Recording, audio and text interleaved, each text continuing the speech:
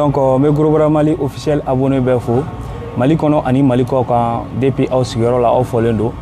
Donc comme a fɔra ye cogo min na ni aw ye Souldia ka sunkalo kɛnɛ de kan aw yɛrɛ ɲɛ b'a la ni cɛkumaba dɔ bɛ ɲɔgɔn fɛ. Donc Salo vraiment n'a ye interview kɛ interview vraiment a réussira. Donc ɲina n y'a wele tuguni ka na a ma problème k'a la foyi foyi. Donc n b'a fɔ mɔgɔ bɛɛ k'i pɛrɛ bɛɛ kun sigilen don ka ni interview ma kɔnɔ. Donc an ye retard ta an bɛ o yafadeli kɛ a bɔra anw de la. Donc mise à place ni fɛnw a ye temps ta. Donc sans plus tarder an bɛ don interview kɔnɔ. Yan'o cɛ n b'a fɔ aw bɛɛ a ka a partager parce que partageli de b'a to Facebook Gorobaraw ka page diɲɛ bɛɛ bɛ se k'a ye diɲɛ bɛɛ bɛ se k'a dɔn. Donc maître i ni su. I ni su Souldia. Kon baasi tɛ yen kɔni. Non baasi tɛ yen nɔ denbaya bɛ di. Wallahi alhamdulillah. Ça va? Oui ça va alhamdulillah. Sunkalo ça va? Bon sunkalo maître ɲinata ye ma nɔgɔn dɔɔni dɛ. Ma nɔgɔn. Ok donc maître vraiment i nana an ka invitation na a diyara n ye kosɛbɛ. Donc halisa Ala k'an to ɲɔgɔn ye. Donc maître an b'a daminɛ sisan i bɛ yamaruya d'an ma an b'a daminɛ. Ok sira b'i bolo. Ok donc n'o y'a sɔrɔ an bɛ se k'a daminɛ ni tɔgɔ ani jamu ani e yɛrɛ lajaba i sigilen don yɔrɔ jumɛn. Bon sanni an ka daminɛ n bɛ page Gorobara du Mali n bɛ a lajɛlikɛ jama bɛɛ lajɛlen fo ka e yɛrɛ fo ka i n'i ka staff fo. Diyara n ye. Aw ka cɛsiri ni aw ka wulikajɔ la. Diyara n ye. Aw bɛ baara min na baaraden tɛ baaraba de don. Exactement. N'i y'a ye bi anw Gorobaraw bɛ ka lakodɔn dans le monde entier o sababu bɔra Souldia yɛrɛ la parce que mɔgɔw k'u to u sigiyɔrɔ la ka anw ye farafinna fo ka se tubabu jamanaw la vraiment o sababu bɔra e la nin kun tɛ yen kunun grâce à vous Ala ye nin sababu ɲuman latigɛ an ye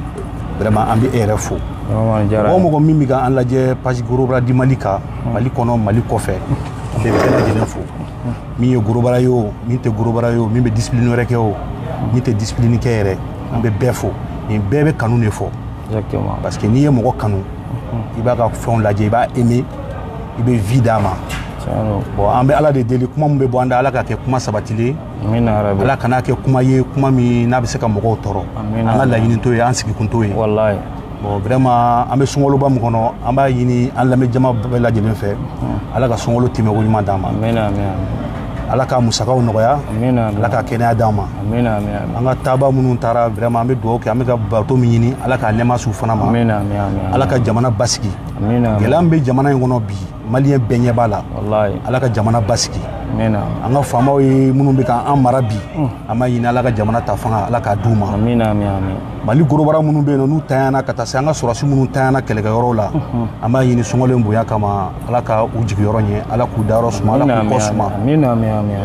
Mali kɔnɔ Mali kɔfɛ an ka foli bɛ bɛɛ lajɛlen ye k'an bangebaa cɛman ni musoman bɛɛ lajɛlen fo an ka diɲɛlabɔ sababu kɛra minnu ye an b'u fo minnu tanyana Ala k'u dayɔrɔ suma minnu bɛ yen nɔ Ala k'u ta fanga Ala k'a di an ma Ala k'a ɲɛ m'u la an taw ni maliyɛn bɛɛ ta fo jamana kɔfɛ an bɛ bɛɛ fo Souldia. Ok vraiment merci maître kuma ɲɛna. Merci beaucoup. Donc i donkan ɲɛna donc n b'a fɔ mɔgɔw ye an bɛna interview daminɛ donc a y'a partager an bɛna don kow kɔnɔ bi ta directeur don an b'an ka temps ta maître filɛ nin a tɛ sɔrɔ tuma caman donc nin y'a kɛlen san kɔnɔ siɲɛ kelen donc n'a sɔrɔla san kɔnɔ siɲɛ kelen na donc vraiment an mago bɛ question minnu na an bɛ olu poser a kunna ani a ye koba minnu kɛ vraiment a ye koba kɛ mais an bɛna don o la aw kana bɔ interview in kɔrɔ bi bɛɛ ka interview lajɛ an b'a daminɛ de dɔɔni fo kana se kow jama yɔrɔ ma donc maître yan'an ka don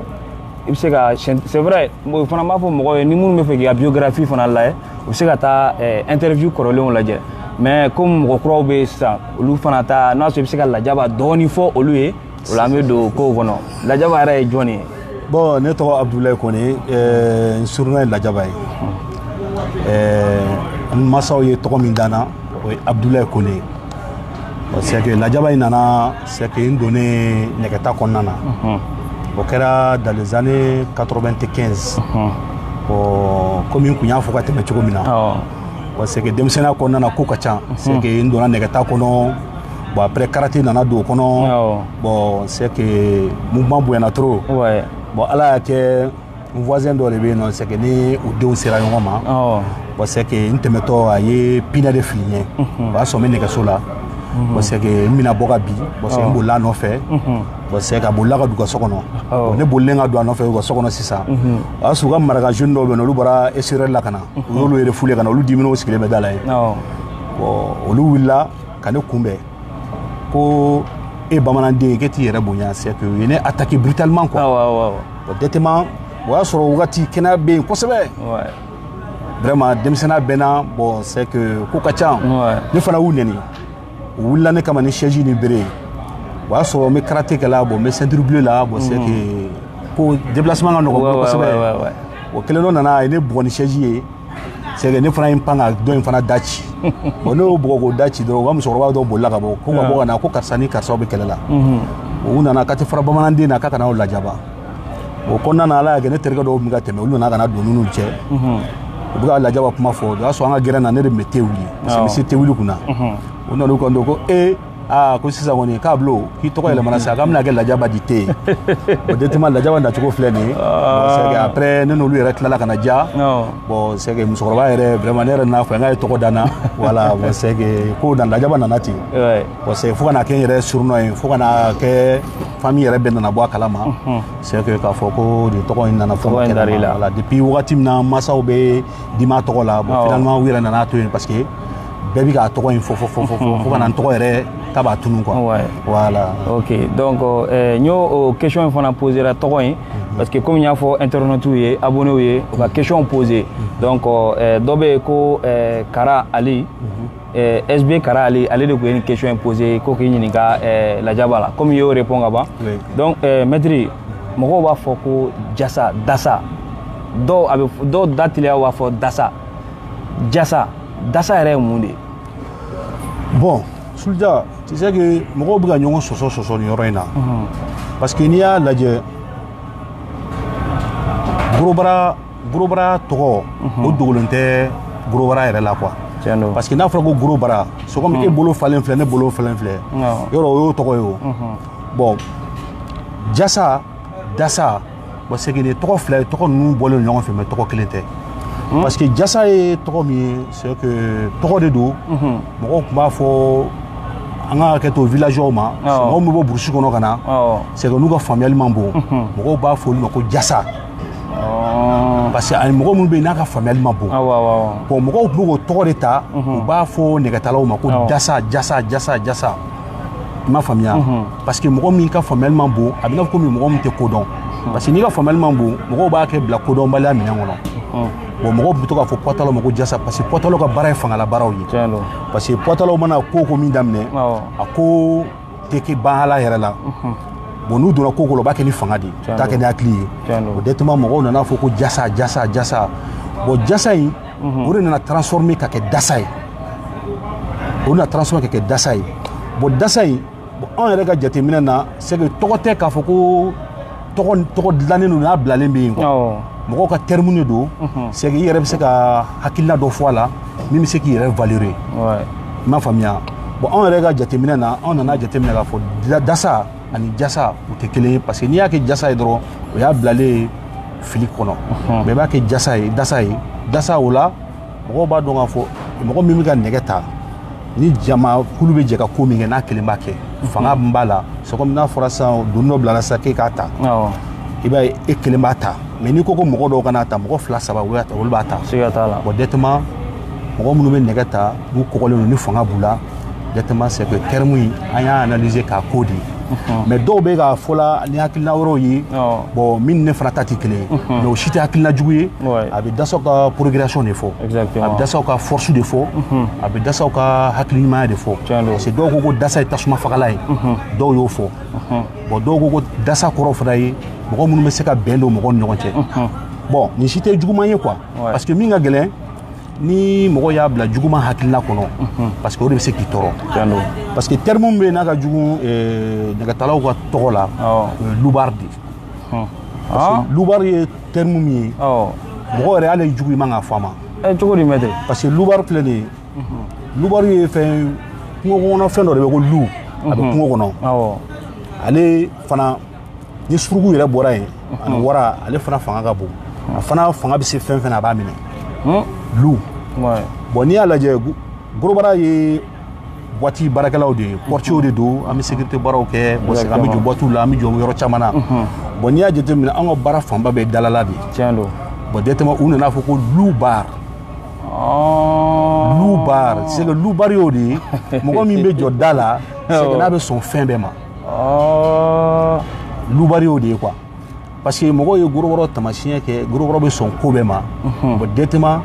mɔgɔ minnu bɛ yen n'u kalannen don c'est pour que k'an lagosi k'an tɔgɔ tiɲɛ u nana kɛ ko lu bar bon o y'a tɔgɔ jugu de ye pour que k'a fɔ Gorobaraw ma donc mɔgɔ man ka tɔgɔ in lamɛn non tɔgɔ in mɔgɔ man ka fali jugu ma ni mɔgɔ b'a f'i ma ko lu bar ni fanga bɛ s'a fanga la kangari da ye ni fanga tɛ s'a fanga la taa mɔgɔ ɲini a kana ka kuma fɛ a kana terme f'i ma lagosi tɔgɔ de don tɔgɔ tɛ k'a fɔ ko k'i valeur segin i ma tɔgɔ tɛ voilà o y'o yɔrɔ ye ok maître o yɔrɔ faamuyara donc aw yɛrɛ y'a mɛn Gorobaraw a kana sɔn mɔgɔ k'a fɔ aw ma ko lu bar in filɛ nin ye tɔgɔ ɲɛnama tɛ maître mouvement Gorobara kɔnɔ e tun bɛ yen kunun alhamdulilayi bi yan fana alhamdulilayi kunun ni bi e yɛrɛ bɛ se ka différence baw fɔ an ye différence jumɛn de bɛ kunun ni bi da bon Souldia n'i ye Gorobara lajɛ lawale la ka se bi ma différence ba b'u ni ɲɔgɔn cɛ o bɛ se ka bɔ wagati yɛrɛ cogoya kama na parce que kunun réalité ani bi réalité tɛ kelen ye parce que kunun ni tun ye dasa ye mɔgɔw tun bɛ siran nɛgɛtala ɲɛ kunun mɔgɔw tun bɛ siran nɛgɛtala ɲɛ kunun parce que nɛgɛtala tun man ca mɔgɔ kɔgɔlen yɛrɛ pour que kun ka ye dugu kɔnɔ c'est rare f'i ka se makidaw la o wagati y'a sɔrɔ fana maki ma caya Mali kɔnɔ parce que n'i y'a lajɛ anw ye nɛgɛta ye Ivoirien de la Ivoirien fana ka nɛgɛta ka kɔrɔ anw ta ye bon en général n'i y'a lajɛ olu fana ka mɔgɔw sɔrɔ yɔrɔ ye yɔrɔ minnu ye anw fana kɔrɔkɛw fana tun sɔrɔ yɔrɔ ye i m'a faamuya n'i tun bɛ fɛ ka nɛgɛtala dɔn k'a kɔgɔlen don i tun tɛ taa foro la k'a ye i tun tɛ taa kɛlɛkɛyɔrɔ la k'a ye i tun bɛ taa sɔrɔ boîte daw de la i tun b'a ye boîte daw la bon ani société dɔ nana an fɛ yan wagati la n'o ye Lafgardi ye dans les environs 93-94 bon wagati y'a sɔrɔ polisi kun tɛ Mali kɔnɔ wagati n'o ye Lafgardi après ani Satimati mɔgɔw ani G4S bon c'est que o wagati ninnu kɔnɔna na c'est que an ka mɔgɔw de tun bɛ an kɔrɔkɛw olu de tun bɛ sécurité kɛ terrain gare ninnu bon kana don 95 kɔnɔna na 96 kɔnɔ furuni ninnu na dɔw nana sécurité kɛ yen nɔ o y'an kɔrɔkɛw ye Lafgardi daminɛna o wagati après c'est que policiya nanen Mali kɔnɔ parce que fɔlɔ sɔrɔsiw de tun ye polisi ye fɔlɔ sɔrɔsiw de tun ye polisi ye fɔlɔ bon c'est que n t'a fɔ Gorobara ka ko polisiya ye dɛ mais GMS nana créer wagati min na Gorobaraw fana ka sécurité ko commencera ka nɛmɛ wagati u tun bɛ baara kɛ yɔrɔ minnu na parce que GMS créera ne ma fili en 95 ne ma fili GMS créera o wagati ne ma fili bon an kɔrɔ minnu tun bɛ sécurité baaraw kɛ wagati o yɔrɔ ninnu na u nana essayer ka polisiw bila yɔrɔw la olu bɛ se parce que u tun ye état ka yɔrɔ dɔw ye bon ani société privée dɔw bɛ yen nɔ bon u nana essayer ka agent dɔw bila olu yɔrɔw la bon directement an ka kɔrɔw olu fana taara baara kɛ boîtew la parce que ni métropolis b'o la ni évasion b'o la ni tempo b'o la ka taa se Colombo ninnu ma bon an kɔrɔw ye baara kɛ nin yɔrɔ ninnu na o y'a sɔrɔ bibulɔsi ninnu tun tɛ o wagati bon après bibulɔsi ninnu nanen bon c'est que anw yɛrɛ nana fara an kɔrɔw kan an ye baara kɛ o yɔrɔ la bon c'est qu'après kana se fɛn ma tɔgɔ di boîte in tɔgɔ fa filɛ yan nɔ sa Ibiza voilà parce que Ibiza nana tout à l'heure c'est que o nana en 97 voilà bon c'est que an dɔgɔninw nana olu nana baara kɛ o yɔrɔ ninnu na voilà bon o y'a sɔrɔ c'est que an yɛrɛ bɛ ka baara yɔrɔw kɛ yɔrɔ la voilà parce que n'i y'a lajɛ olu ka wagati sɔrɔ tun tɛ yen an kɔrɔ ka wagati sɔrɔ tun tɛ Gorobara la mais e dun ka kuma la a tun bɛ kɛ fɔlɔ service ba ni fɛn baw la Gorobara tun bɛ nin yɔrɔ ninnu non bon o y'a sɔrɔ service ninnu na a bɛ dépend mɔgɔw bɛ sɔrɔ min kɛ sara min bɛ di mɔgɔ ma parce que fɔlɔ n'i y'a lajɛ en 90 ka na se 2000 ma i b'a ye mɔgɔw ka sara tun man ca hali ni an ka fonctionnaire lajɛ c'est que saraba kun t'u ye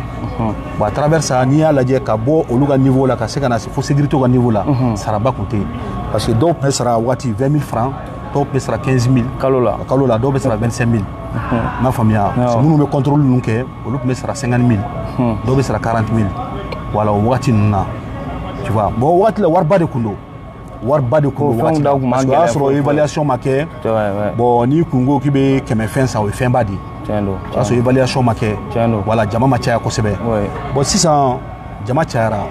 bon évaluation kɛra siɲɛ kɛ min na maliyɛn bɛɛ b'a dɔn bon n'i y'a lajɛ hali bi dasaw ka sɔrɔ a ma améliorer à 100% parce que n'i y'anw lajɛ anw bɛ Mali kɔnɔ yan anw bɛ sécurité baara la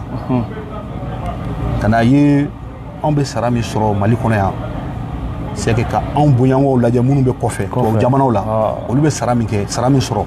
n'i y'a lajɛ an bɛɛ bɛ baara suguya kelen de kɛ wallahi bon olu bɛ k'u to yen ka kobaw kɛ jamana in kɔnɔ yan tiɲɛ don mais olu bɛ ka koba min kɛ jamana kɔnɔ yan an ka baaraw kun bɛɛ ye baara suguya kelen mun anw tɛ se k'o kobaw kɛ yan sara ka dɔgɔ c'est sara ka dɔgɔ n'i ye boîtiw lajɛ n bɛ Ibiza ni Biblos dɔrɔn n bɛ kuma o yɔrɔ fila dɔrɔn la n'i ye Ibiza chef de sécurité ta k'a lajɛ a bɛ min sɔrɔ par mois a tɛ tɛmɛ 80 000 kan a tɛ tɛmɛ o kan Ibiza chef de sécurité bon n'i ye Biblos chef de sécurité lajɛ a tɛ tɛmɛ 80 000 kan bon o yɛrɛ si tɛ problème ye aw bɛ si aw ɲɛna aw bɛna baarayɔrɔ la depuis 22 heures aw bɛ si aw ɲɛna fo sɔgɔma jusqu'à 7 heures il y a des fois dɔw bɛ bɔ boîte la 8 heures bon n'i nana lajɛ fana INPS t'aw la AMO t'aw la ni assurance sécurité bɛ baara la u bɛ baara yirisigi min na Ala de b'a dɔn bon n'i y'a lajɛ Mali kɔnɔ bi ni n ko gɛlɛya tɛ gorobaraw kan n b'a fɔ nkalon don gɛlɛya min bɛ gorobaraw kan a tɛ baarakɛla ka Mali kɔnɔ parce que anw bɛ baara kɛ marifa t'an bolo muru t'an bolo gazi t'an bolo bon ka n'a ye an bɛ si an ɲɛna mɔgɔ sugu bɛɛ bɛ don an cɛ la mɔgɔ ɲuman bɛ yen mɔgɔ jugu bɛ yen an k'o baara kɔnɔna fana na an humilielen don o kɔnɔ an humilielen don an ka baara kɔnɔ parce que mɔgɔ jugu dɔw bɛ se ka na sisan a bɛ n'i sigi boîte kɔnɔ a bɛ boisson ba san bon chef b'a ye k'a fɔ nin bɛ ka boisson san nin ye ne ka client nin bɛ ka wari don ne kunna mais i bɛ taa sɔrɔ mɔgɔ jugu don bon n'a ye ko dɔ kɛ ko min tɛ bɛn sariya kɔnɔ ni e nana dɔrɔn ka na hali b'a accuser dɔɔni i m'a bugɔ ka fɛn dɔ f'a ɲɛna a t'i plaint e compte la dɔrɔn patron bɛ gɛn ka bɔ baara la ko parce que i y'ale ka client manqué bon e gun bɛ ka service min rendu ale ye e bɛ k'ale sécuriser k'a ka boîte sécuriser client wɛrɛ minnu bɛ yen nɔ olu fana sécuriser ale t'i miiri o ma a bɛ e gɛn bon ni e gɛnna fana n'i ko k'i bɛ taa a plainte k'a ka yɔrɔ o yɔrɔ i jaabi tɛ d'i ma contrat t'aw cɛ contrat tɛ yen foyi tɛ yen wali n'a sɔrɔ contrat b'aw cɛ hali n'a y'i gɛn sisan k'a kan ka droit dɔ d'i ma a b'a préférer k'o droit wari di famaw ma ka e to yen o cas kɛra o cas caman kɛra c'est que an tɛna an da don olu bɛɛ la k'olu bɛɛ fɔ c'est que gorobaraw bɛ k'an lajɛ page kan u yɛrɛ bɛ se k'o témoigner don nataw la n'o y'a sɔrɔ si n bɛ ka nkalon tigɛ olu la quoi parce que olu kɛra an yɛrɛ ɲɛna k'an to boîte kɔnɔ fana quoi o y'o cas caman ye donc o yɔrɔ la yanni an ka tɛmɛ yɔrɔ la e bɛ se ka conseil jumɛn de di société de gardiennage tigi ninnu ma mɔgɔ minnu bɛ yen ko société de gardiennage b'u bolo u ɲɛ bɛ nin interview in na bi i bɛ se ka mun de f'u ye bon c'est que sanni ka fɛn fɔ société de gardiennage mɔgɔw ye anw ye maliyɛnw de ye tiɲɛ don société de gardiennage n'a sɔrɔ gorobara bɛ Mali kɔnɔ siga t'a la société de gardiennage ka valeur ye gorobaraw de don tiɲɛ don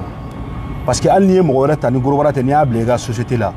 gorobara ka image ka ɲi n'a ka image ye siga t'a la parce que mɔgɔ mana gorobara habillé télé sécurité la c'est que k'a jɔlen ka da la mɔgɔw bɛ siran i ka yɔrɔ ɲɛ ka tɛmɛ mɔgɔ wɛrɛw kan c'est vrai n'i y'a ye gorobara caman bɛ yen bi u tɛ société de gardiennage la bi parce que mun de don u ka hakɛ u tɛ k'a sɔrɔ tiɲɛ don an k'o fɔ quoi u ka hakɛ u tɛ k'a sɔrɔ parce que u kan ka bila condition min na u t'o condition kɔnɔ sinon gorobaraw bɛ yen bi u bɛ ka taa baara kɛ baara sugu dɔw kɛ bi u b'o fɛ ni société de gardiennage baara ye parce que u t'u ka hakɛ sɔrɔ o kɔnɔna na bon an kɔni b'a ɲini an ka autorités de fɛ c'est que n'o y'an ka faamaw ye c'est que u k'u hakili to gorobaraw la u ka baarako sira kan wallahi parce que gorobara jugu fɔlɔ ye fɛn min ye baarakɛbaliya de ye tiɲɛ don mɔgɔw b'a fɔ gorobaraw ye bandiw ye dɛlɛnkanw don bon o bɛɛ ka kɛ mɔgɔw ka tiɲɛ ye mais est ce que mɔgɔ min occupélen don n'i y'a don baara la est ce que a bɛ se ka bandiya temps sɔrɔ a t'a sɔrɔ a bɛ se ka bingali temps sɔrɔ a t'a sɔrɔ bon wulu exemple la a b'a kɛ to kuma n'a fɔ cogo don wulu min bɛ yen nɔ n'a bɛ yen nɔ n'a a tɛ ka dumuni sɔrɔ marako ɲuman t'a ye n'a bɔra kɛnɛma n'a y'i ka sɛ sɔrɔ a b'a minɛ dɛ a b'a siga yɛrɛ t'a la ale tun b'a dɔn mɔgɔ min kan k'ale mara n'a kan ka fɛn d'a ma pour que a ka se k'a dun n'a y'a ka sɛ sɔrɔ a b'a minɛ ka dun dɛ. A b'a dɔn. Parce que i ma dumuni d'a ma. Bon an taala delo la bon an t'o contexte kɔnɔ bilen parce que an bɔr'o kɔnɔ. Mais an kɔni bɛ weleweleda min na sisan autorité ma u k'u hakili to gorobaraw la. C'est que gorobaraw bɛ ka baara minnu kɛ. U bɛ ka baara kɛ faso de ye. Parce que ni ko u bɛ ka kɛ faso ye. U bɛ ka baara kɛ service minnu na. Ni malien dɔ ta tɛ i bɛ taa sɔrɔ étranger dɔ de ta don. U bɛ ka kɛla fana pour que mɔgɔ minnu bɛ na yen nɔ ka se k'olu sécuriser. Parce que y'a mɛn yɔrɔ ka di sécurité ɲuman de bɛ yɔrɔ la. Surtout jamana bɛ yɔrɔ min na bi an bɛ insécurité kɔnɔ depuis longtemps. Bon ni gorobaraw bilala en sécurité en même temps ka se ka salaire ɲɛnama d'u ma. A ka ca Ala fɛ yɔrɔ minnu bɛ yen nɔ ni mɔgɔw bɛ siran ka taa yɔrɔ la a ka ca Ala fɛ gorobaraw fana bɛ se k'u banban yɔrɔ la pour que yɔrɔ bɛ se ka sécuriser cogo min na. Tiɲɛ don. Voilà. Ok mais maître donc gorobaraw caman bɛ k'an lajɛ ani mɔgɔ wɛrɛw fana bɛ yen minnu bɛ mouvement in kanu kosɛbɛ. Donc gorobara minnu bɛ k'an lajɛ i bɛ se k'a f'u ye sigida yɛrɛ la gorobara kan ka kɛ cogo jumɛn na sigida la. Bon Soulja sigida kɔnɔna na commune kɔnɔna na i yɛrɛ bara gorobara ye exemple de ye ka fɛn yira mɔgɔw la fɛn min n'a bɛ se ka apprécier i m'a faamuya parce que n'i ye gorobara kelen o kelen ta k'a lajɛ sigida la gorobara kelen o kelen bɛ na komi polisikɛ de. Awɔ gorobara kelen o kelen bɛ na o sigida la i n'a fɔ polisi n'i y'a lajɛ polisiw bɛ jamana in kɔnɔ gendarmew bɛ gardiw bɛ yen nɔ u b'a kɛ to kuma n'a fɔ cogo don an bɛ ɲɔgɔn dafa de parce que anw mana fanga sɔrɔ cogo cogo olu fanga ka bon an ta ye parce que olu ye état ka sécurité ye olu bɛ k'an bɛɛ de fana sécuriser. C'est vrai. An ka Ala k'an kisi bingalikɛla dɔ ka na quartier kɔnɔ sisan k'a bɛna ko dɔ kɛ ko min man ɲi ni gorobara kelen bɛ yen nɔ a bɛ se ka wuli k'a dan sigi o ko la ne yɛrɛ y'o cas kɛ an yɛrɛ y'olu kɛ an ye nson minɛ quartier kɔnɔ o y'a sɔrɔ wagati mɔgɔw ka TV5 bɛ monter ne yɛrɛ ye nson minɛ k'a siri hippodrome mɔgɔ minnu bɛ ɲɔgɔn kan hippodrome caman b'a dɔn k'a minɛ k'a siri k'a minɛ an taara di polisiso la n ye nson minɛ a bɛ taa mɔgɔw ka siman bɔrɔ suɲɛ chantier la hippodrome na yen nɔ an terikɛ yɛrɛ ba don a nana y'a kuma fɔ n ɲɛna n taara n y'a nson minɛ n taara n'a ye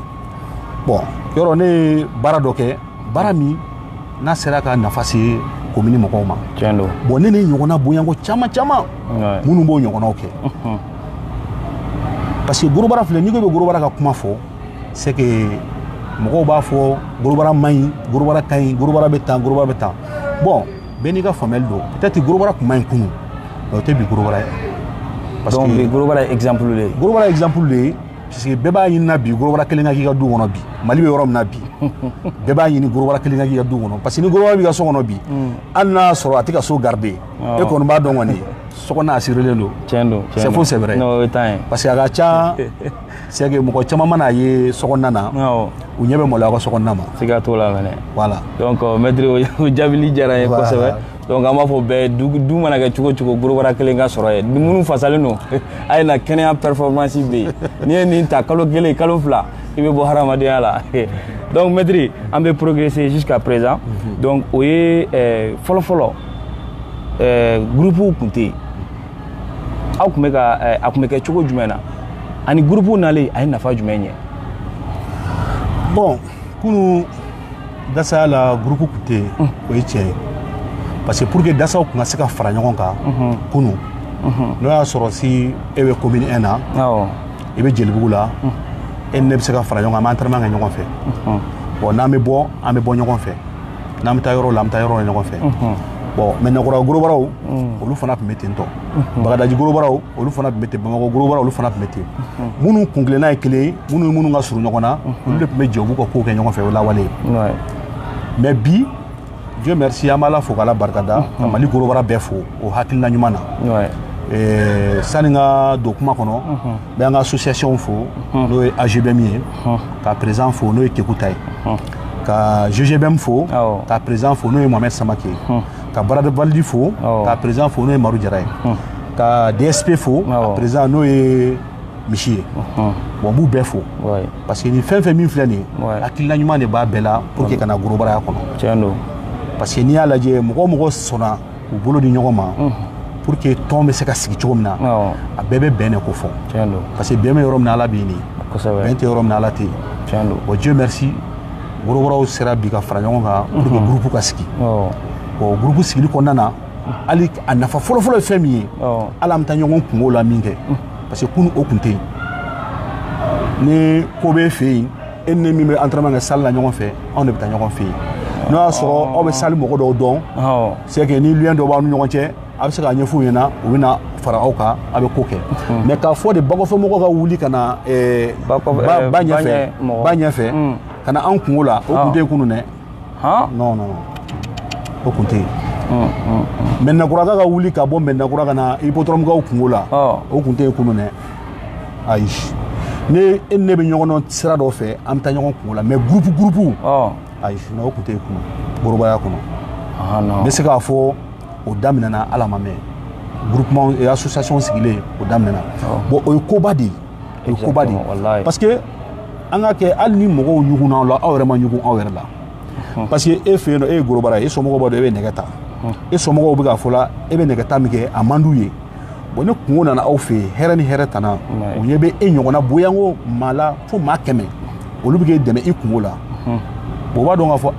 an balimakɛ ou bien an denkɛ ou bien an dɔgɔnin bɛ ko min na tiɲɛna jɛɲɛnama don wallahi parce que n'aw jɛra ka ɲɔgɔn kungo kɛ o ye koba de ye siga t'a la o ye koba de ye o yɛrɛ dama dɔrɔn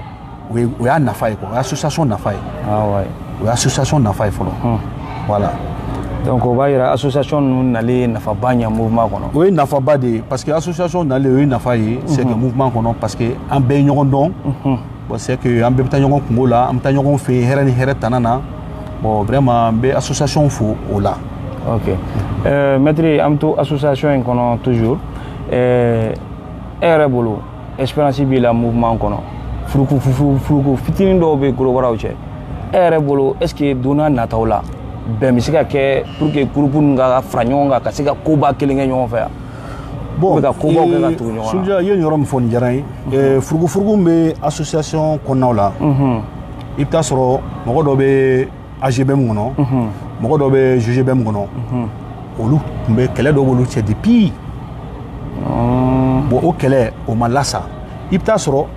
association kɔnɔna na AGBM kɔnɔ i bɛ taa sɔrɔ o responsable dɔ bɛ yen nɔ o ni GGBM responsable dɔ bɛ yen nɔ i bɛ taa sɔrɔ kɛlɛ kɔrɔ dɔ b'olu ni ɲɔgɔn cɛ bon toujours olu ni ɲɔgɔn cɛ olu tɛ sɔn toujours bɛn ka na donc a b'olu cɛ a tɛ groupe cɛ a tɛ groupe cɛ i bɛ taa sɔrɔ o bɛnbaliya o de bɛ association ni ɲɔgɔn cɛ mais o tɛ association bɛɛ ye dɛ o tɛ mouvement bɛɛ ye dɛ i bɛ taa sɔrɔ responsable ni ɲɔgɔn cɛ fɔɲɔgɔnkɔ dɔ donn'u ni ɲɔgɔn cɛ depuis wagati jan o min bɛ yen nɔ toujours u b'o o ko de sama u ni ɲɔgɔn cɛ bon o gun filɛ nin ye o man ɲi tɔn kɔnɔ tiɲɛ don parce que n'i y'a lajɛ AGBM kɔnɔ mɔgɔ min bɛ AGBM kɔnɔ a ka ca maa 4000 ye Gorobaraw bon GGBM kɔnɔ mɔgɔ min b'a kɔnɔ a ka ca maa 4000 ye Barawali DSP c'est ça a bɛɛ bɛ ten mɔgɔw de b'a kɔnɔ hali ni dɔ y'a sɔrɔ dɔ ka nombre ka ca dɔn ta mais a bɛɛ ye Gorobaraw de ye tiɲɛ don bon furuku min bɛ aw yɛrɛ dama ni ɲɔgɔn cɛ jama jɛko la mɔgɔ kelen ni mɔgɔ 2 ka ko ka dɔgɔ o la o kojugu bon aw ka laɲiniw ye minnu ye aw bɛ fɛ ka fara ɲɔgɔn kan hakilinaw kɔnɔ laɲiniw kɔnɔ tagabolow kɔnɔ n'aw ye mɔgɔ kelen ni mɔgɔ kelen ka kɛlɛ lajɛ ko karisa ni karisa man di kɛlɛ b'olu ni ɲɔgɔn cɛ olu tɛ ka bɛn ni aw ye groupe déroulé o hakilina kɔnɔ a ka gɛlɛn mɔgɔw ka fara ɲɔgɔn kan kojugu bon ne bolo n bɛ jigin ɲɛmɔgɔw de la o yɔrɔ la ni n ko n bɛ ɲɛmɔgɔ attaquer n tɛ tɔndenw attaquer o la n bɛ ɲɛmɔgɔw de attaquer o yɔrɔ la parce que mɔgɔ tɛ kɛ ɲɛmɔgɔ ye ka kɛ kɔmɔgɔ ye n'i kɛra ɲɛmɔgɔ ye e de b'a essayer pour que k'o ko labɔ groupe kɔnɔ wallahi parce que ɲɛmɔgɔya tɛ dɔrɔn k'a fɔ dɔrɔn karisa ye président ye président non président tɛ k'a fɔ ko i b'i sigi dɔrɔn k'a tɔgɔ ka di ye a bɛ f'i ma non président e bɛ yen i ka secrétaire général bɛ yen vice président bɛ yen nɔ ne bolo aw mɔgɔ 3 tɔn tuloma y'aw de ye tɔn ni ye aw de ye aw de bɛ wuli ka dan siri o la n'aw ma dan sigi o la bon tɔn tɛ se ka ɲɔgɔn ye hakilinaw kɔnɔ tiɲɛ don o problème bɛ AGBM kɔnɔ o bɛ GGBM kɔnɔ o bɛ DSP kɔnɔ o bɛ Barawalidi kɔnɔ n b'o f'i ye bi Gorobara bɛ tulo bɛ na awɔ o b'o kɔnɔ bi bon n'an ko k'an ka hakilinaw ta pour que mɔgɔw ka se k'an ka hakilinaw ka se k'a buti don nataw la surtout n'i y'a lajɛ an ye chance dɔ sɔrɔ wagati dɔw kɔnɔ an ni faamaw ye ɲɔgɔn ye AGBM b'o la GGBM b'o la o ni faamaw ye ɲɔgɔn ye o ni Mali responsable presque bɛɛ ye ɲɔgɔn ye don tɛmɛnenw na mais a laɲiniw kɛra cogo di a ma se ka buti a ma buti munna a bɛ buti e ye président ye ne nana e fɛ yen ne ye Gorobara ɲɛmɔgɔ ye ne nana Sulja bon vraiment ne association ɲɛmɔgɔ ye o nana s'i ma bon vraiment an kɔni association créé récépissé b'an bolo bon an ka tɔndenw u ka baarayɔrɔ la ni problème de b'u da la bon vraiment an kɔni nana komi e ye faama ye e bɛ se k'an dɛmɛ o laɲini hakɛ sɔrɔli la cogo min na ka se an ka tɔndenw ma e yɛrɛ tɛ bilen o i ka tɔndenw de don parce que i kɛra ɲɛmɔgɔ ye e fana bɛ kɛlɛ kɛ sisan minnu bɛ e kɔfɛ pour que ka se k'olu ka laɲini ɲini ka d'u ma parce que n'a fɔra sisan kalo o kalo e ka wari d'u ma se t'e ye o mais e kɛra ɲɛmɔgɔ ye pour que e bɛ se ka don faamaw kan cogo min na ka se k'olu ka laɲini défend e kɛra ɲɛmɔgɔ de la bon e sigilen bɛ tɔndenw ni ɲɔgɔn cɛla la bɛn tɛ yen bon aw bɛ taa ka taa ni laɲini ɲini président fɛ bon après AGBM fana bɛ wuli ka taa a bɛna taa laɲini wɛrɛ ɲini e nana min fɔ ne ye o n'o fana tɛ kelen ye bon e fana bɛ n'i ka mɔgɔw de ɲininka ne ko nin groupe ninnu bɔra yan nɔ groupe ka nin groupement ninnu bɔra yan mais aw b'u dɔn wa mɔgɔ dɔw bɛ sɔrɔ minnu b'u dɔn o b'a fɔ ninnu wa cɛ ninnu bɛn tɛ ninnu ɲɔgɔn cɛ koyi ne yɛrɛ y'o de ye o parce que ninnu nana yan ninnu ye nin fɔ ninnu nana ninnu ye nin fɔ ninnu tɛ se ka fara ɲɔgɔn kan pour que ka na hakilina kelen kɔnɔ laɲini kelen kɔnɔ pour que an ka se k'u dɛmɛ sira fɛ mais n'o ma kɛ aw ka laɲiniw bɛ abouti cogo di aw taara ministre de la défense et ministre de la sécurité voir ko gorobaraw bɛ baaraw la u t'u ka hakɛ sɔrɔ gorobara ka hakɛ ye jumɛn ye a ka baara de don hakɛ foyi tɛ gorobara bolo n'a ka baara tɛ État tɛna wari di gorobara ma k'i ye nɛgɛtala ye État tɛna sanu d'i ma k'i ye nɛgɛtala ye ni sport domaine ko don balontannaw bɛ yen karatekɛlaw bɛ yen basketkɛlaw bɛ yen nin bɛɛ bɛ se ka wuli ko n ka hakɛ o nin bɛɛ ka hakɛ nin fana ka hakɛ ye jumɛn ye i taara compétition kan a ye trophée sɔrɔ aw nana État kan ka min d'aw ma ka récompenser si vous les reconnus sur l'État ministre des sports b'a ka hakɛ d'aw ma a banna bon gorobaraw an ka hakɛ ye jumɛn ye an ka baara di parce que nɛgɛta in bɛ ban o baara bɛ yen o parce que n'o nɛgɛta bɛ ban e si mana kɔrɔ e ka nɛgɛta bannen de san 50 e san 25 san 30 san 40 e ma min sɔrɔ nɛgɛta kɔnɔ e san 50 san 60 b'o de sɔrɔ bon ne bolo c'est le temps c'est le moment an ka essayer an ka fara ɲɔgɔn kan an k'an bolo di ɲɔgɔn ma an ka taa an ka responsable voir hakilina dɔ kɔnɔ laɲini dɔ kɔnɔ pour que an bɛ se ka an ka laɲiniw bɛ se ka sɔrɔ cogo min na n'i y'a lajɛ recrutement bɛ kɛ polisi gardi gendarmerie douane nin bɛɛ bɛ kɛ Mali kɔnɔ yan i tɛ gorobara siya la n'i ye gorobara la a fa terikɛ den don ou bien a kɔrɔmuso cɛ ou bien a ba terimuso o de nana n'a yɛrɛ sira ye bon i bɛ recrutement ta k'a lajɛ mɔgɔ 1000 bɛ ta sɔrɔsiya kɔnɔ polisiya kɔnɔ gardi kɔnɔ gendarme kɔnɔ i bɛ taa sɔrɔ gorobara 2 bɛ 1 de b'a kɔnɔ mais mun de nana n'o ye aw tun bɛ jɔda min na jamana kɔnɔ ni kɔnɔdimi tɛ ɲɛdimi de don bɛɛ ɲɛ b'a la bon association fana bɛ yen nɔ pour que k'o yɔrɔ défendre mais munna aw tɛ fara ɲɔgɔn kan a ka taa n'o laɲini ye pour que a ka abouti bon n'i y'a lajɛ gorobaraw bɛ yan nɔ diplôme b'u bolo maîtrise b'u bolo doctorat b'u bolo fonction publique concours bɛ kɛ i t'a si ye k'a ka diplôme minɛn'a la k'a fɔ ko a taara fonction publique la o gorobara foyi tɛ yen bon o kɔfɛ tuguni CNT min yɛrɛ sigilen filɛ nin sisan n'a y'a sɔrɔ ko bɛn bɛ association ni ɲɔgɔn cɛ sisan b'a sɔrɔ an ka mɔgɔ kelen bɛ CNT la n b'o f'i ye bi walahi n ye n kale Ala la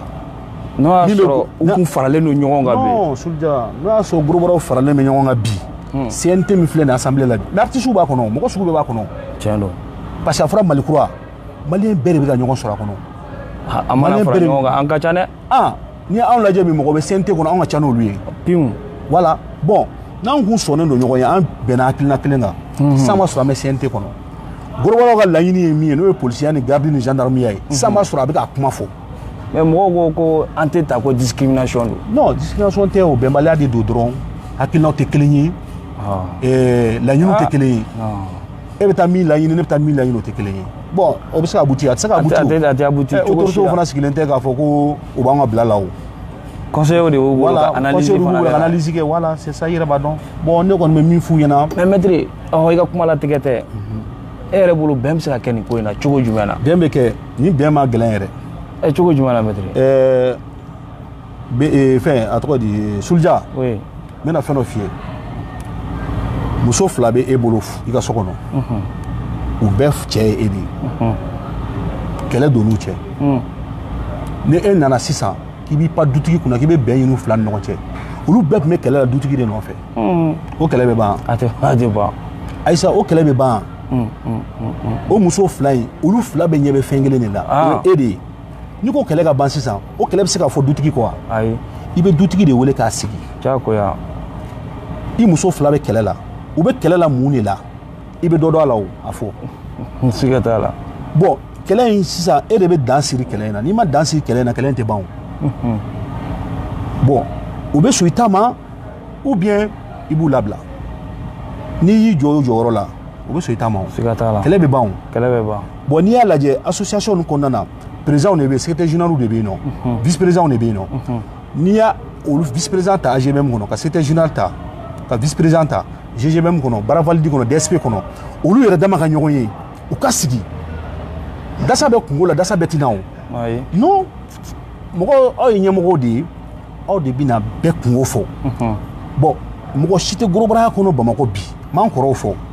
an kɔrɔ dɔw bɛ yen u b'a kɔnɔ mais u t'u yɛrɛ yira n'a faamuya olu t'u yɛrɛ yira mais mɔgɔ tɛ gorobaraya kɔnɔ bi minnu bɛ activité la bi i n'a fɔ k'a daminɛ anw yɛrɛ la ka jigin ko min tɛ nin tɔn dɔ kɔnɔ o tɛ yen mais ne min bɛ ka kuma ne tɛ gorobara ɲɛmɔgɔ ye dɛ ne tɛ gorobara ɲɛmɔgɔ ye c'est sûr que ne b'a kɔnɔ de ne fana ka ɲɛmɔgɔw bɛ yen ne tɛ se ka bila olu ɲɛ parce que ni ne bila l'olu ɲɛ o fana ma ɲi bonya t'o la parce que ni ne ye mɔgɔw wele a ye n'aw sigi an ka kuma bɛn ka don an ni ɲɔgɔn cɛ ne tɛ ɲɛmɔgɔ ye o bɛ kɛ i n'a fɔ dɔrɔn c'est que i nana kuma de fɔ mɔgɔw ɲɛna provisoirement dɔrɔn i bɛ mɔgɔw labila mais maître a solution dun a solution n bɛ ka solution de f'i ye secrétaire général ni vice président olu de bɛ ɲɔgɔn ye ani président olu de bɛ ɲɔgɔn ye u bɛ don dɔ fɔ u ni ɲɔgɔn cɛ ou bien ka dɔ ka lettre kɛ AGBM surtout AGBM de ye association fɔlɔfɔlɔ ye ne bɛ mɔgɔ accuser mais AGBM responsable de accuser olu de kan k'a ko daminɛ démarche daminɛ tout précisément surtout Kekuta ale de kan ka wuli ani Seiba mais est-ce que olu tɛ kɔrɔ ye non kɔrɔw mais Kekuta ye kɔrɔ ye association ɲɛmɔgɔ tɛ yan o don bon kɔrɔya kun ye mun ye ɲɛmajɔ mais kɔrɔya la n'i ka baara ye min n'i m'o kɛ i dɔgɔnin bɛ fisaya i ye dɛ tiɲɛ don ni dɔgɔnin kɔni wulila ka se i ma bɛnbaliya bɛ an ka bɔ an ni ɲɔgɔn cɛ an k'an bolo ni ɲɔgɔn ma hali n'o y'a sɔrɔ o ye tɔn wɛrɛ ɲɛmɔgɔ ye o ka fisa i ye n b'o f'i ye bi kɛlɛ mana don tɔnw ni ɲɔgɔn cɛ e ye ɲɛmɔgɔ i dɔgɔnin dɔ ye ɲɛmɔgɔ i dɔgɔnin dɔ ye ɲɛmɔgɔ ye n'o wulila ka se e ma ka bɛn ɲini e fɛ a ka fisa i ye dɛ n t'a dogo la a ka fisa i ye dɛ bon c'est le temps c'est le moment an bɛ sunkalo la n tɛ nkalon tigɛ ne tɛ n sigi ka mɔgɔ si flatter k'i tulo jukɔrɔ kuma fɛ ne bɛ tiɲɛ de fɔ n m'a faamuya parce que a gorobara tɔn fɛn bɛɛ bɛ a bɛɛ bɛ ne bonya respect de bɛ ne ni bɛɛ cɛ parce que ne fana tɛ se mɔgɔ ma n bɛ bɛɛ bonya bon bɛn sira mɔgɔw mɛnna u bɛ ka kuma fɔ solution min b'a la ɲɛmɔgɔw ka ɲɔgɔn ye u k'u sigi ka kuma fɔ karisa vraiment an ka essayer an ka hakilina dɔw ta ba la hali ni tɔnw ma fara ɲɔgɔn kan u kana fara ɲɔgɔn kan mais a ye hakilina dɔw ta ɲɔgɔn fɛ ka baara kɛ ɲɔgɔn fɛ a ka document dɔ bɔ gorobaraw ka laɲiniw bɛ se ka don document min kɔnɔ a ka taa yira an ka autoritéw la a ka taa ɲɔgɔn fɛ o la fana n'aw bɛ taa fana a bɛ mɔgɔ damadɔ de désigner AGBM kɔnɔ GBM kɔnɔ a bɛ taa ɲɔgɔn fɛ a bɛ taa document y'u la ni e ɲininkara ko nin ye nin ye e b'a fɔ o de don ni ne ɲininkara nin ye o de don kuma kelen i Sulja n ye n kale ala la bilahi n'an y'a kɛ n'o y'a sɔrɔ min kan ka d'an ma État fɛ État b'a kan ye i b'i sigi b'a ye san wɛrɛ recrutement i b'a mɛn ko gorobara mɔgɔ 200 donna kin na siga t'a la gorobaraw filɛ nin ye ni kɛnɛya dan ta ye wallahi kɛnɛya dan ta ye gorobaraw bɛ yen nɔ u bɛ discipline 3 de kɛ gorobaraw bɛ yen u bɛ discipline 2 kɛ Mali kɔnɔ bi i tɛ gorobara jɔ 100 ko 50 tɛ arrêté ayi se ka kɛ n'i y'o yɔrɔ lajɛ fɔlɔ o ye favorisme ye fɔlɔ armée kɔnɔ tiɲɛ don bon muscle yɛrɛ kɔgɔli fɔlɔ o yɛrɛ ye favorisme ba de parce que mɔgɔw mana kɔgɔ a bɛ confiance de d'i ma a b'i da i yɛrɛ la siran bɛ ban pewu exactement nɛgɛ tali a muscle kɔgɔli a bɛ confiance de di mɔgɔ ma fɔlɔ bon e mana don tenni na ka foro kan o tɛ confiance kelen fila ya marifa b'i kɛrɛ la o y'a kelen joli saba tɛ yan i bɛ siran mun ɲɛ bilen mais Sulja bon tu sais que non maître tiɲɛ la a tɛ tɛmɛ nin kan donc problème pour que solution ka sɔrɔ a la o ye bɛn de oui o ye bɛn de ye c'est que donc e yɛrɛ bolo bɛn mana kɛ mouvement bɛ kɛ cogo jumɛn na ni bɛn kɛra tu sais que groupement kɛlen ka bɛn hakilina kɔnɔ sisan u yɛrɛ b'ale bɛ tɔgɔ dɔ da o mouvement na c'est comme n'i y'a lajɛ parti politiques bɛ jɛ ka kɛlɛ dɔw kɛ ɲɔgɔn fɛ o tɔgɔw da la yan nɔ tiɲɛ don i yɛrɛ o kaw caman n tɛna tɔgɔ fɔli kɛ mais ni kɛlɛ banna sisan bɛɛ bɛ t'i ka kan n'o kɛlɛ banna ka ban est ce que bɛɛ ma fara bɛɛ farala bɛɛ bɛ t'i ka kan na ni kɛlɛ wɛrɛ nana a bɛ fara ɲɔgɔn kan tugun a b'o kɛlɛ kɛ. Bon an bɛ yɔrɔ min na sisan c'est des moments aussi an ka fara ɲɔgɔn kan an ka laɲini dɔw ɲini n'o ye an yɛrɛ bɛɛ ɲuman na gorobaraw ka hakɛ n'o ye gorobaraw ka baarako ye n'o ye u bɛ baara yɔrɔw la u ka baaraw bɛ se ka valorer cogo min na c'est ka se ka prix sara ɲɛnama d'u ma u ka baara yɔrɔw la en même temps u ye société minnu na c'est que n'u ye maki minnu na c'est que pour que u ka patron bɛ se ka u don AMO ni INPS la cogo min na bon nin bɛɛ bɛ sɔrɔ aw bɛɛ ka bɛnkan de kɔnɔ n'aw ma bɛn nin tɛ se ka aboutir. A bɛ association bɛ to yen provisoirement ni tɔgɔ de b'a la association tɛna ka foyi kɛ association tɛna se ka foyi kɛ gorobaraw tɔgɔ la n kɔni bɛ min f'i ɲɛna pour que association se ka gorobaraw ka laɲini ɲini ka d'u ma u ka bɛn u k'u bolo ni ɲɔgɔn ma ne ye hakilina min fɔ nin ye ne ka hakilina de peut-être mɔgɔ ka hakilina bɛ se ka sɔrɔ min ka bon ne ta ye min ka ɲi ne ta ye o fana ka na a k'a ka hakilina fɔ pour que bɛn bɛ se ka na cogo min na an k'an sigi an ka kuma fɔ an ka laɲini concrète ta directement an ka taa baara kɛ pour que gorobaraw bɛ se ka bɔ gɛlɛya kɔnɔ. Tiɲɛ don. Voilà. Maître i ka nin kuma in su in na vraiment a ye n lafiya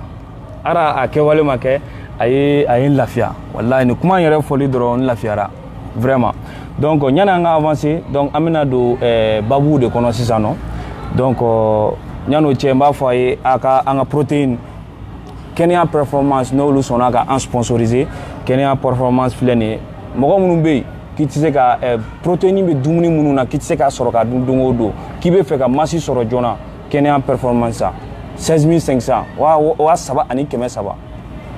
nin filɛ nin ye ale ye 45000 ye a bɛɛ de ye masse générée bon mɔgɔ minnu fana bɛ yen k'u bɛ fɛ ka fasa o de ye nin ye n'i ye nin fila ta ɲɔgɔn fɛ maître k'i bɛ fɛ ka fasa ayi non siga t'a la a bɛ graisse bɛɛ jigin ka bɔ ne yɛrɛ mago bɛna se nin ma parce que ne mago bɛna se fasali ta in ma maître mais maître ka ɲi tantôt ayi non parce que a fɔra ko ne ka poids perdu dɔɔni jusqu'à présent moi j'ai perdu 7 kilos ne ye 7 kilos perdu mais maître ça c'est nun ka teli dɛ ouais c'est ka teli parce que comme bon ne problème de jeune sɔrɔ n ye accident kɛ bon dɔgɔtɔrɔ ko ma ko n ka fasa dɔɔni k'ale bi bon ko n poids ka jigin parce que n bɛ fo 127 kilos la bon j'ai perdu 7 kilos bon c'est que n bɛ fɛ ka dɔn poids perdu hali bi ok donc n b'a fɔ mɔgɔw ye ni mɔgɔ minnu mako b'a la a bɛ se ka weleli kɛ 76 93 43 80 donc maître an bɛ bɔ o babu kɔnɔ an bɛ don babu wɛrɛ kɔnɔ donc yanni an ka don babu kɔnɔ n bɛ question kelen poser kunna maître bi bi in na mɔgɔw b'i dɔn ni couche développée de bɛɛ b'a ye ni lajɛ b'a tɔgɔ mɛn bi yɔrɔ min na dɔrɔn couche développée de don mais kuma dɔ fɔra ye a ye n dabaliya ban a fɔra k'i tun bɛ bras de fer siffler de fiyɛ mais changement in kɛra cogo jumɛn na. Bon, Souldia, il faut regarder une question là. Parce que même l'autre jour, il y a Terke, Mbourangue, il y a ma foi, on a Baroti là. Bon, il va donc, bras de fer, dans sa compétition, follow de Malikono. Parce qu'on a sur la compétition, mais aller dans la compétition il mille la Kodora Mali kono bara de faire de follow kero yi parce que bibina ni gros bara ko compétition fin siki ni Mali autorité ni ko bara de faire de droit parce que voilà on va ko bara de faire de droit parce que Dieu merci ala sera kana ni o hakilna nyuma yi c'est que encore kema bon kara gros bara ka nyana je fin yi faut kana ke fédération nana kala kono bon n'an bɛɛ yɛrɛ nana ɲɔgɔn sɔrɔ o kɔnɔ est-ce qu'il y a faamuya bon depuis waati jan bara de fer san'a ka kɛ fédération ye n bɛ ka kɛ la pour que ka promow kɛ carré kɔnɔnaw la boîte kɔnɔnaw la n bɛ se k'a fɔ a daminɛna boîte kɔnɔna la fɔlɔ métropolisi bara de fer commencera ka daminɛ yɔrɔ de la ka bɔ yen nɔ ka na carré kɔnɔna na c'est que après fo kana kɛ sisan mɔgɔw commencera ka daw yɛrɛ la c'est que sisan u bɛ se ka bara de fer participer cogo min na fédération ko nana bon fédération nanen sisan bon c'est que club commencera ka créer an yɛrɛ nana don a kɔnɔ o kɔnɔna na ipo force i m'a faamuya équipe nana créer o kɔnɔ bon ne tun tɛ bara de fer kɛ mais n tun y'a animateur ye bon si n tun y'a dirigeant ye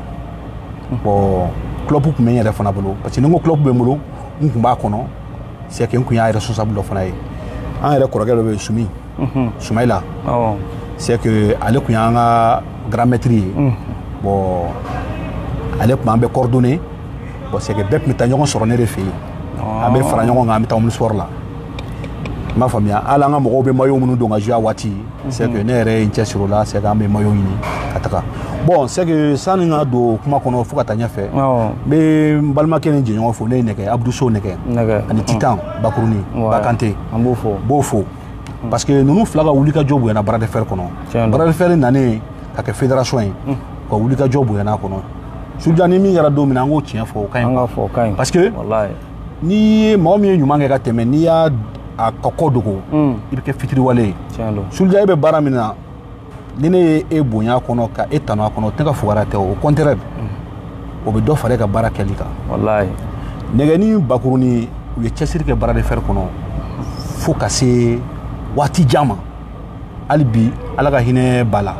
ala ka dayɔrɔ suma ani nɛgɛtala fɛn fɛn tanyana minnu bɛɛ kun cɛsirilen don bras de fer ko la kunu an b'u bɛɛ fo parce que club bɛɛ tun bɛ na olu de fɛ yen ka na u dege bras de fer la mɔgɔw ka suvertement don ka taa bras de fer yɔrɔ la ka maillot don ka taa bras de fer yɔrɔ la o sɔrɔla nɛgɛ de fɛ nɛgɛ kelen kelen wallahi nɛgɛ y'a ka vie sacrifice bras de fer la quoi ne mo quoi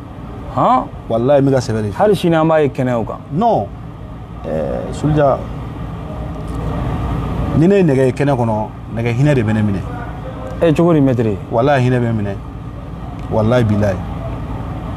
parce que nɛgɛ kun kan ka récompenser don min tɛ bi ye quoi u mɔgɔ fila de kun don kelen nɔ tayana o ye Bakuruni ye a kun kan ka récompenser min tɛ bi ye quoi bon hali bi a bɛ se ka récompenser donc il n'est pas trop tard non nɛgɛ nana AS nɛgɛ nana créer k'a tɔgɔ da nɛgɛ la nɛgɛ ye wulikajɔ min k'a kɔnɔ ala de b'a dɔn a bɛ taa joueurs ɲini joueurs mana bɔ an ka région na Mopti ninnu ni Kaye ninnu ni fɛnw na u bɛna compétition na yan u tun bɛ loger nɛgɛ de fɛ ale de tun loger ka dumuni d'u ma depuis wagati min na ma développer kosɛbɛ n bɛ ka min f'i ye bras de fer n b'a kɔnɔ n b'a dɔn quoi nɛgɛ o y'a sɔrɔ nɛgɛ bɛ mouvement min kɛ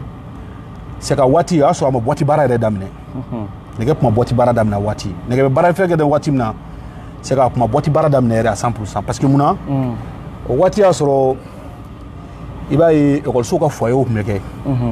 nɛgɛ ninnu bɛ taa foyer kɛ yɔrɔ la u bɛ taa maintien kɛ yen nɔ an bɛɛ tun b'o kɔnɔ taa foyer kɛ yɔrɔ la parce que a y'a sɔrɔ u ma boîte baara daminɛ nɛgɛ b'o wari minnu sɔrɔ a bilen n'o wariw de ye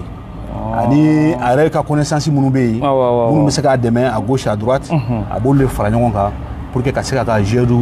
accueillir cogo min na a tun b'o kɛ Titan fana c'est la même chose hali ni ko y'i sɔrɔ a bɛ wuli a kan ka solutionner cogo min na a b'a kɛ ten nɛgɛ y'o kɛ kunun tiɲɛ na a kan ka fo bras de fer ka se bi ma wallahi nɛgɛ ka cɛsiri don awɔ nɛgɛ cɛsiri k'a kɔnɔ kojugu ale ni Titan Mali aussi Titan tɛ yen bi an b'a fo ok awɔ mais maître kunu bras de fer ni bi bras de fer non kunu bras de fer ni bi bras de fer ye différence b'u cɛ parce que kunu o ta kun ye gɛlɛya ye parce que sɔrɔ kun tɛ bras de fer kɔnɔ kunu parce que n'i y'a lajɛ compétition kun bɛ kɛ a sɔrɔ kun ma bon bon peut-être a bɛ se ka kɛ fédération kun tɛ financement ba sɔrɔ ou bien fédération kun tɛ sponsor sɔrɔ sponsor minnu bɛ se ka wari d'u ma parce que an bɛ madame Keita fo c'est que présidente kun y'ale ye vraiment ka wulikajɔ kun ka bon parce que ale de tun bɛ saluw ye a waati bon fɛn caman caman tun bɛ kɛ bras de fer kɔnɔ ale kun basé len b'o kan parce que ala ye nɛgɛtalaw kanu don a la vraiment an b'a fɔ an ba ɲuman don o yɔrɔ la parce que n'i y'a ye bras de fer bi sɔrɔ a fana ka wulikajɔ don a ka cɛsiri bonyana kɔnɔ kojugu parce que hali ni ko ye bras de fer kɛlaw sɔrɔ kunu k'a kɛra famana taga ye c'est que ale de tun bɛ wuli c'est que pour que ka don an n'o cɛ première dame awɔ première dame wallahi an b'a fɔ an ba ɲuman don an b'a fɔ la bon kana se bi an bɛ wagati min na parce que waati ye yɛlɛma yɛlɛma ye kosɛbɛ parce que mɔgɔw tile tɛ kelen sɔrɔ waati tɛ kelen bon kana ye bi ne y'an yɛrɛ dɔgɔkɛ ye Bekayi Jawara ne bɛɛ b'a wele ko salopard vraiment n b'a fo a ka cɛsiri la n'i y'a lajɛ k'a daminɛ 2020 kɔnɔ ka se bi ma tiɲɛna a ye cɛsiri kɛ bras de fer kɔnɔ bras de fer tun ma min kɛ kunun a fana y'o k'a kɔnɔ parce que mun na ne yɛrɛ bɛ compétition kɛnɛ sigi n b'a dɔn sɛgɛn b'a kɔnɔ bon ligi tun tɛ yen fédération sigira ka san caman kɛ an ka bɔ ligi ko kalama a kɛra sisan de an tun t'o dɔn bras de fer kɔnɔ ligi sigira sisan bon vraiment fɛn nana no hakilina ma n t'o dɔn mais a y'a kɛ vraiment a ɲɛna en même temps fana association kɔnɔna na a nana mɔgɔw ta ka mɔgɔw don ligi kɔnɔ a ye association bɛɛ don ligi kɔnɔ bon o ye bɛn ye o ye bɛn yɔrɔ ye parce que minnu b'a fɔ a donna tan a bɔra tan bɛɛ bɛ ligi kɔnɔ bon n'i y'a lajɛ fana a ka cɛsiri fanga ka bon parce que a n'a ka ligi kɔnɔdenw u bɛ ɲɔgɔn ye chaque fois ka hakilinaw di ɲɔgɔn ma comment bara de fɛn bɛ développer cogo min na exactement a b'o kɛ chaque fois malheureux aussi bon mɔgɔ mana kɛ cogo di i tɛ se ka diya bɛɛ ye i tɛ se ka diya bɛɛ ye bon bɛɛ bɛ dɔ fɔ parce que diɲɛ ko o ko ni jama ye ɲɔgɔn sɔrɔ mɔgɔ 100 i b'a dɔn a kuma ka ca parce que les gens croient que tu gagnes i bɛ million de sɔrɔ a kɔnɔ i bɛ milliard bɛɛ bɛ dɔ fɔ quoi parce que ne yɛrɛ a ka caman fɔra n ma a y'a misi ta ma sisan mɛtiri voilà bon parce que a yɛrɛ delila ka kuma fɔ yɛrɛ a ko Lajaba n bɛna kuma min f'i yɛrɛ yɔrɔ kuma caman fɔra mais i ta bɛ sira la ka na walahi y'a fɔ n ɲɛna a don donc i bɛ million caman sɔrɔ walahi y'a fɔ n ɲɛna ko Lajaba ko kuma caman fɔra k'i ta bɛ sira la ka na k'a bɛ f'i ye ala tɛmɛ bilahi y'a fɔ a don an fila an bɛ mobili kɔnɔ an bɛ ka bɔ Moribabugu ka na yan nɔ an fila mobili kɔnɔ a y'a fɔ n ɲɛna walahi bon kana ye bara de fer bɛ kɛ 100,000 a bɛ di mɔgɔw ma moto bɛ di n'i y'a lajɛ bi Mali bara de fɛkɛla foyi tɛ yen bi moto tɛ min bolo ayi i mɔgɔ k'i ye gan kɛ kɔni mɔgɔ non c'est pas parce que k'a fɔ ko salle kɔnɔna dɔrɔn don quoi même kɛnɛma awɔ parce que mɔgɔw bɛ fɛn dɔ de ye k'a ladege tiɲɛ don n m'a faamuya bon mɔgɔw fana bɛ moto ta u b'a di la bi bara de fɛkɛlaw ma même couchekɛlaw u bɛ k'a d'u ma bi parce que dɔ de nana hakilina ye bon mɔgɔw nana hakilina i b'a fo tiɲɛ don n m'a faamuya bon c'est que a bɛ wulili min kɛ fana Soulja compétition organisée ma nɔgɔn dɛ mɛtiri an b'a ye o i bɛ wulili min kɛ i bɛ don mɔgɔw kan mɔgɔw b'i dontɔ ye mɔgɔ dɔ kan ko fama don i mana bɔ mɔgɔw bolo k'a fɔ k'a ye million de d'i ma walahi i bɛ taa sɔrɔ a ye 5000 ta ka d'i ma walahi dɔw yɛrɛ bɛ 2000 ta ka d'i ma je te le jure n bɛ ka sɛbɛn de f'i ye e bɛ ka taa ni compétition ba mun bolo da organiser ka 2000 ta ka d'i ma o la bon Soulja tu sais que kuma bɛɛ tɛ fɔ kuma bɛ réseaux sociaux kan kuma bɛɛ tɛ fɔ n'i ko i b'a bɛɛ fɔ i laban mɔgɔw laban sɔn k'a fɔ k'i yɛrɛ k'i bɛ ka siran tiɲɛ don bon an t'a bɛɛ fɔ quoi tiɲɛ don parce que k'i cɛsiri ko la c'est que don nataw la c'est que ala bɛ se k'i dɛmɛ ni min ye diinɛ ni ŋaniya i bɛ k'a kɛla mɔgɔw minnu ye ala bɛ se k'i sara quoi mɔgɔ tɛ se k'i sara tiɲɛ don parce que an bɛ ka compétition ninnu kɛ cogo minnu na an sara tɛ mɔgɔ bolo quoi ala de bɛ se k'an sara quoi ne b'a salo fo n b'a n'a ka ligi mɔgɔ bɛɛ lajɛlen fo vraiment u ka cɛsiri la c'est que u bɛ ka cɛsiri minnu kɛ nin bɛɛ ye pour que gorobaraw ka lakodɔn parce que n'i y'a lajɛ compétition fɛn fɛn min bɛ kɛ nin gorobaraw bɛ fɛn fila de bénéficier a kɔnɔ fɛn min nafa ka bon n'a bɛ s'u ma fɔlɔfɔlɔ ye a b'a kɛ i bɛ lakodɔn diɲɛmɔgɔ b'i dɔn i bɛ remarquer o ye nafa fɔlɔ ye gorobaraw bɛ yen nɔ u kun dɔnnen tɛ hali fitinin mais k'u dɔnna compétition sira fɛ bon filanan ye min ye i bɛ sɔrɔ min k'a kɔnɔ n'a bɛ se e yɛrɛ n'i ka denbaya ma n'i somɔgɔw ma ani e yɛrɛ ma Soulja i kan ka foli kɛ dɛ tiɲɛ yɛrɛ la e b'i sen na ça vaut des années i bɛ ka baara kɛ ça vaut des années i tɛ ka dɔrɔmɛ 1 sɔrɔ pour que ka se ka moto san i y'o sɔrɔ à la seconde dɔgɔkun 1 kɔnɔ compétiteur dɔw ye moto 2 sɔrɔ non gorobara dɔw bɛ an kɔrɔkɛw tun bɛ baara kɛ san ni san pour que u ka moto sɔrɔ ka yɛlɛ ka c'est des problèmes an kɔrɔw bɛ yen nɔ u ye moto sɔrɔ ka yɛlɛ ka 2000 de u ka gorobara kɔnɔ u ka sara wari tɛ c'est que a tun tɛ yen quoi wari de tun tɛ yen quoi a tɛ sɔrɔ quoi parce que i bɛ min sɔrɔ n'i ko k'i yɛrɛ balo n'a ye ka tila tuguni k'a fɔ k'i bɛ fɛn wɛrɛ kɛ n'a ye ce n'est pas facile mais bi o de kama n y'a f'i ye gorobara jara bi quoi a jara bi parce que an bɛ ka commencer ka fɛn sɔrɔ an yɛrɛ la n'o y'an ka compétition siraw ye vraiment k'a sɔrɔ an ma taa se mɔgɔ ma mɔgɔ ma t'an bila mɔgɔ la bon c'est que an b'ala fo k'ala barikada o yɔrɔ la bi quoi ok maître o yɔrɔ kuma faamuyara i bɛ se ka ji dɔɔni min kɛ vraiment halisa c'est vrai an ye 1 heure kɛ mais n b'a dɔn ne ni ɲɔgɔnna caman an tɛ fɛ nin ko in ka bila yan donc maître sisan nɔ an bɛ don coucher développé kɔnɔ donc an bɛ to de kɔnɔ sisan fo ka taa interview in ban sisan nɔ ɲani an b'o daminɛ ni mun ye o ye fédération ko ye coucher développé kɔnɔ maître nin ko in a ŋunuŋunu k'a bɛ fɔ duguma dɛ maître kun jumɛn de la fédération tɛ ka kɛ coucher développé la jɔn de bɛ se ka fédération dilan coucher développé la mun na fo juste nin temps na couche de fédération ma ke couche développer là. Bon, Souldia n b'i fo mɔgɔ minnu bɛ k'an lajɛ page Global du Mali kan an bɛ bɛɛ fo parce que dugu tilala an bɛ hakɛto ɲini bɛɛ lajɛlen fɛ an b'u bɛɛ fo Souldia sani n ka don fangatigi kɔnɔ n bɛ foli lase n ka mɛtiriw ma n'o ye mɛtiri Sinali ye Sinali Tangara n b'a fo ka mɛtiri Bakari Balo fo ka Sumi fo ka Ipo Force tɔnden bɛɛ lajɛlen fo n b'u bɛɛ fo ka cɛsiri n'u ka wulikajɔ la Mama mi wulila n'a diinɛ n'a ŋaniya ye ka na fangatigi depuis a début fo ka se bi ma n bɛ bɛɛ fo ka maliyɛn bɛɛ fo minnu y'an dɛmɛ dɔrɔmɛ kelen kunu ka se bi ma n bɛ bɛɛ lajɛlen fo Souldia ne ko ɲɛna a tigi bɛ caya siga t'a la sani n ka don kuma kɔnɔ tuguni n bɛ champion fo n'o ye Wanigam ye Saka Jalodi Wanigam n b'a fo fangatigi champion fɔlɔ kɛra ale de filanan ye Mayi Dambele n b'a fo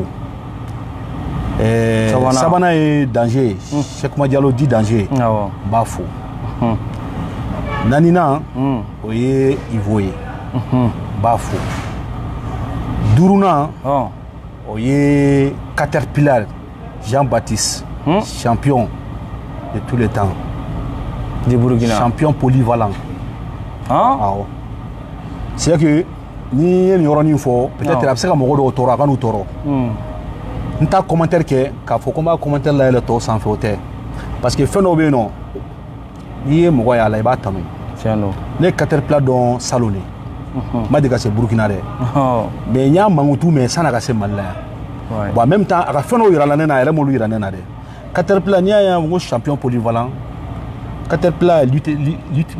traditionnelle kɛlɛ de don mɔgɔ ye Caterpillar fɔ ne ɲɛna siɲɛ ta kɔnɔ ka tila k'a ka image yira ne na non c'est incroyable wallahi e yɛrɛ kan ka dɔ dɔw la ayi n bɛ caman ba yɛrɛ wallahi Caterpillar bɛ arraché kɛ Caterpillar bɛ c'est que parcours fana kɛ compétition kɔnɔ bon en même temps fana a bɛ gymnastique kɛ mouvement de corps a b'a o fana kɛ bon tu sais que ni fɛn o fɛn min filɛ n'a bɛ ka kɛ a ye championnat kɛ nin bɛɛ kɔnɔ a ye coupe t'a bɛɛ la a ye coupe t'a bɛɛ la bon tu sais ka na ye ka b'u ka dugu la ka na an fɛ yan Caterpillar jiginna Bamakɔ don min na a don Caterpillar ye daraka dun yan de a jiginna 13h Caterpillar ye croissant den 2 de dun ka taa compétition yɔrɔ la je te le jure a da de y'a fɔ n ɲɛna ko mon vieux ko vraiment ala ye ɲuman don mais c'est que je suis pas mangé hein n ye dumuni kɛ sisan Barobilen ani n dɔgɔkɛ Prince olu de ye wari b'u kunna ka croissant san k'a d'a ma parce que a don ne tun bɛ ka organisation kɛ c'est que olu de taara kunbɛn aéroport la a don a ko k'a mɛnna aéroport la a ma dumuni kɛ parce que vol décalé la fo siɲɛ caman c'est que a tilenna ten tɔ c'est que a nana a ye dumuni kɛ yan de pour que ka na compétition yɔrɔ la bon o bɔra kanu de la quoi tiɲɛ don i m'a faamuya bon aussi fangatigi donc maître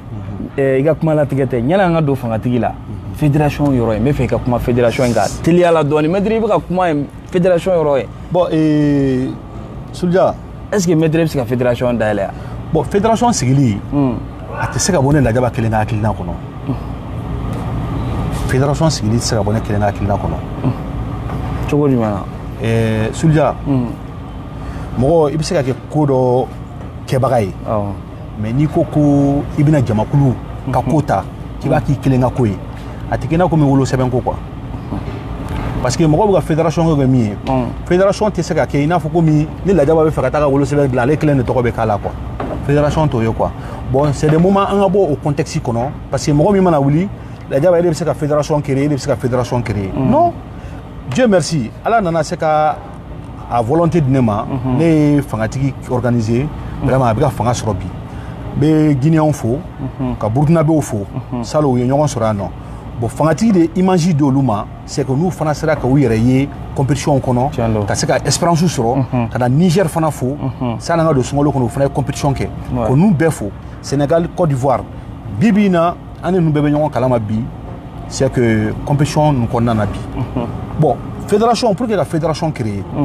ne y'a essayer ka hakilina entamber a mɛnna nin y'a san 2 ye n taara se mɔgɔw ma n y'a hakilina yir'u la minnu bɛ ministère kɔnɔ bon u y'a essayer k'an bilasira u y'a yira k'a fɔ n'i y'a lajɛ nɛgɛtalaw la aw ka compétition ninnu kɔnɔna na fédération fila de b'aw bolo fɔlɔfɔlɔ ye bras de fer ye filanan o ye arraché haltérophilie ye bon Guindo o ye haltérophilie président ye fédération président o ye bon bras de fer o ko ɲɛmɔgɔya bɛ Dawuda Ɲaŋe bolo bon nin fila min filɛ nin ye bras de fer tɛ nin fila si kɔnɔ ɲɔgɔn bras de fer fangatigi tɛ nin fila si kɔnɔ bon sisan a b'a lajɛ n'a bɛ se ka affilier dɔ la sisan a b'a lajɛ n'a bɛ se ka affilier dɔ la bon ni a sera ka affilier o la directement a bɛ se ka fédération kɛ ni o ye est-ce qu'il y a faamuya ce n'est pas parce que ne tɛ ka baara kɛ dɛ n bɛ ka baara kɛ mais kuma minnu fɔra n ɲɛna n tɛ se k'an sigi c'est que don o don mɔgɔw ɲɛna wa i bɛ ka kɛ tan parce que mɔgɔ dɔw bolo k'a fɔ ne bɛ ka ban de k'a kɛ non n tɛ ka ban ka kɛ parce que a ko in ŋunuŋunuŋa bɛ dugu non mɔgɔw bɛ ka kuma fɔ n bannen don n tɛ fɛ ka kɛ non c'est pas ça o tɛ mɔgɔw kana kɛ i n'a fɔ juguya de don n bɛ ka ko kɛ ni n kelen de ye ou bien n bɛ ka ko kɛ ko parce que a man di ka kɛ non ne ye taara palais de sport la c'est que o directeur n taara rencontrer directeur du jeu n taara rencontrer n taara ministère la n taara n ye mɔgɔ rencontrer n tɛna mɔgɔ tɔgɔ fɔ c'est que nin laɲini ninnu kɔnɔna na bon kuma minnu fɔra n ɲɛna kun ko la c'est que n tɛna n sigi n b'o bɛɛ wala quoi parce que a bɛ se ka mɔgɔ dɔw la décourager i n'a fɔ a bɛ se ka courage di mɔgɔ dɔw ma i m'a faamuya mais fɛn min de don an bɛɛ de bɛ jɛ an b'an fanga fara ɲɔgɔn kan pour que ka se ka laɲini ka se ka buti parce que Sunjata bɛ fɛn dɔ f'i ɲɛna n'i ko i bɛ ko dɔ dilan gorobaraw ni ɲɔgɔn cɛ a bɛ kɛ dɔw ɲɛna k'a fɔ i bɛ ka ko kɛ i kelen de ye quoi parce que dɔw b'a bila u kunna Lajaba bɛ fɛ ka fédération kɛ nin na n'a fédération kɛra sa a kelen bɛ k'a kɛ a kelen bɛ k'a don tan a kelen bɛ k'a bɔ tan bon c'est que o tɛ o ne tɛ fɛ fédération yɛrɛ ka kɛ k'a fɔ ko ne kelen de y'a ɲɛmɔgɔ ye ne t'o fɛ yɛrɛ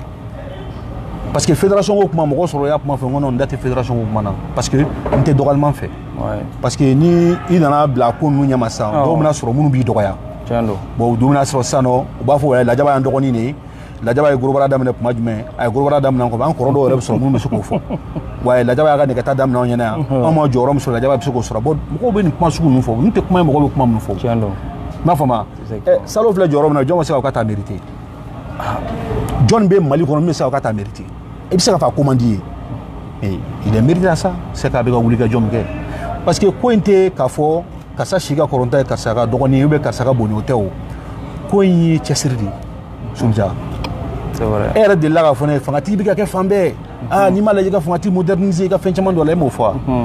mais ne ye mun f'i ɲɛna n m'a f'i ɲɛna fangatigi a baara bɛ kɛ cogo min na ne kelen ka laɲini tɛ mais fangatigi ani compétition minnu bɛ kɛ o tɛ compétition suguya kelen ye n m'o f'i ɲɛna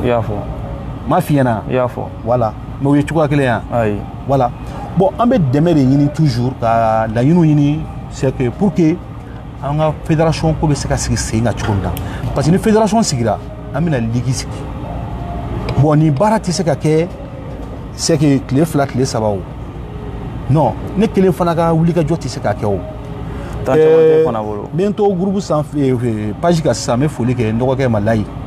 a bɛ Korofina franchement a bɛ cɛsiri la a ye groupement dɔ sigi sisan champion Aline a y'a sigi c'est que étrangers bɛɛ donna groupe kɔnɔ i b'a kɛ to parce que i m'a ɲininka question na parce que comme concernant a bɛ développé couché kɔnɔna na a kun bɛ question na comme i y'a fɔ ka bɔ an bɛ se ka taa n b'a fo parce que a y'a groupement sigi a nana fɔ n na maître bon vraiment n ye groupement sigi pour que ka se ka baara nɔgɔya i bolo i m'a faamuya parce que n'a fɔra san o san ni compétition bɛ kɛ i bɛ mɔgɔw de wele jamana wɛrɛw la ka na bon an ye groupement sigi pour que mɔgɔ wɛrɛ minnu bɛ yen nɔ n'u u lakodɔnnen tɛ développé couché kɔnɔna na pour que an bɛɛ ka se ka fara ɲɔgɔn kan an ka hakilinaw di ɲɔgɔn ma développé couché ka a bɛ se ka progresser cogo min na o fédération ko la su ni tile a bɛ nɔfɛ a ko la maître an ka kɛ tan an ka kɛ tan an ka kɛ tan n ko layi n ko n y'a mɛn n ye kuma caman caman f'a yɛrɛ ye depuis a b'a kuma fɔ n ɲɛna f'a bɛ digi n na f'a laban n k'a ma n ko ouais n ko n y'a mɛn n ko problème t'a la fédération ko la walayi parce que ne ye baara minnu k'a kɔnɔna na ne m'o fɔ ale ɲɛna ne ma fɛn fɔ ale olu la mais bi me permettre k'a kuma fɔ pour que bɛɛ k'a mɛn ne kun ma kuma maître bi an kun mɔgɔw bolo n sigilen don n sigilen tɛ o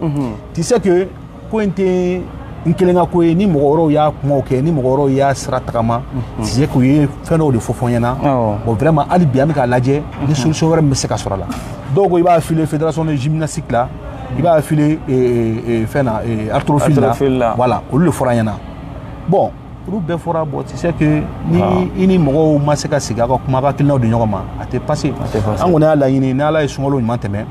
an bɛna essayer pour que an bɛ se ka réunion dɔ kɛ cogo min na pour que an bɛ se ka fédération ko hakilina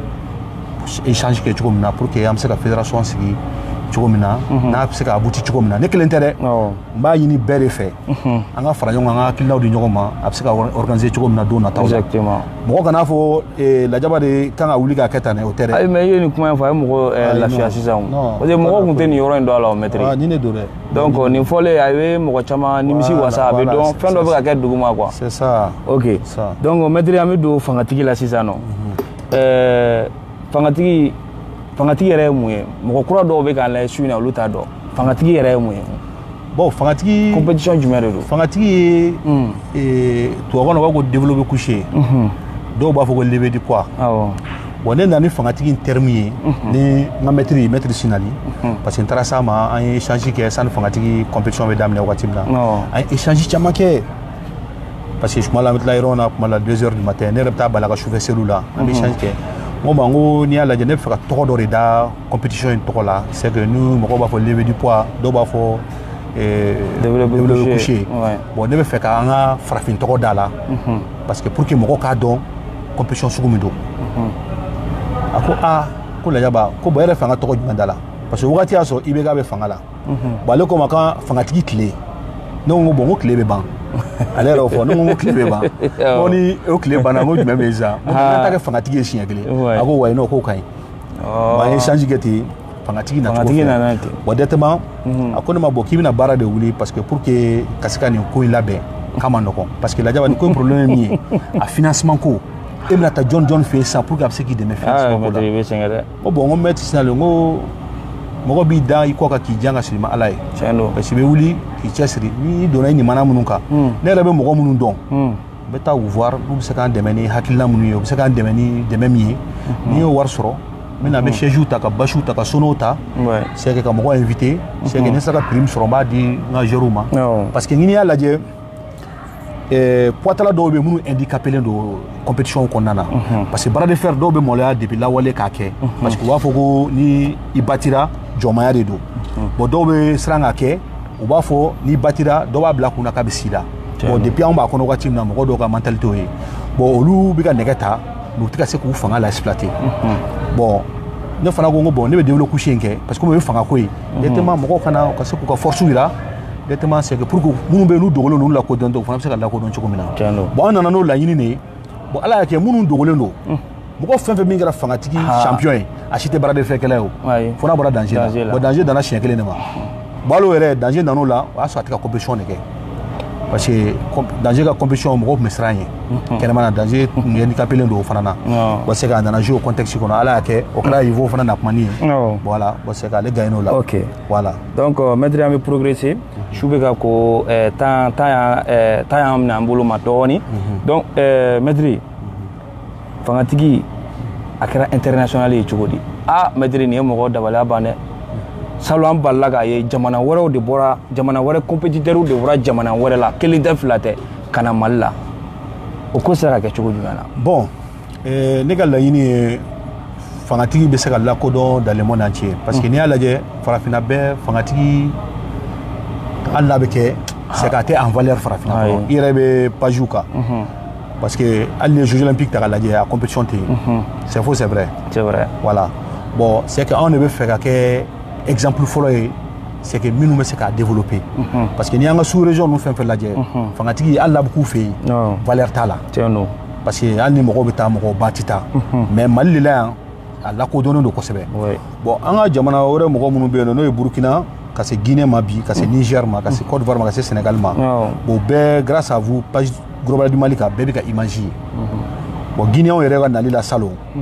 u nana n'u ka téléso dɔ ye k'u bɛna image ta pour que ka taa référence ta kan u bɛ se ka compétition organiser u fɛ cogo min na u bɛ k'a bɔ en direct e yɛrɛ b'a kalama bon nin bɛɛ bɛ mun de fɔ nin bɛɛ bɛ poitalaw ka développeli de fɔ parce que n'o y'a sɔrɔ si n'an ma sɔn ɲɔgɔn ye an ma da ɲɔgɔn na mɔgɔw t'an ladege o n'i y'a ye ninnu wulila ka b'u ka jamana na ka na anw fɛ yan u ye fɛn dɔ de y'an fɛ fɛn min kanu donn'u la n'i ye joueur ninnu lajɛ joueur mɔgɔ 4 de nana malheureux aussi ne ye moyen min sɔrɔ n y'a ci u ma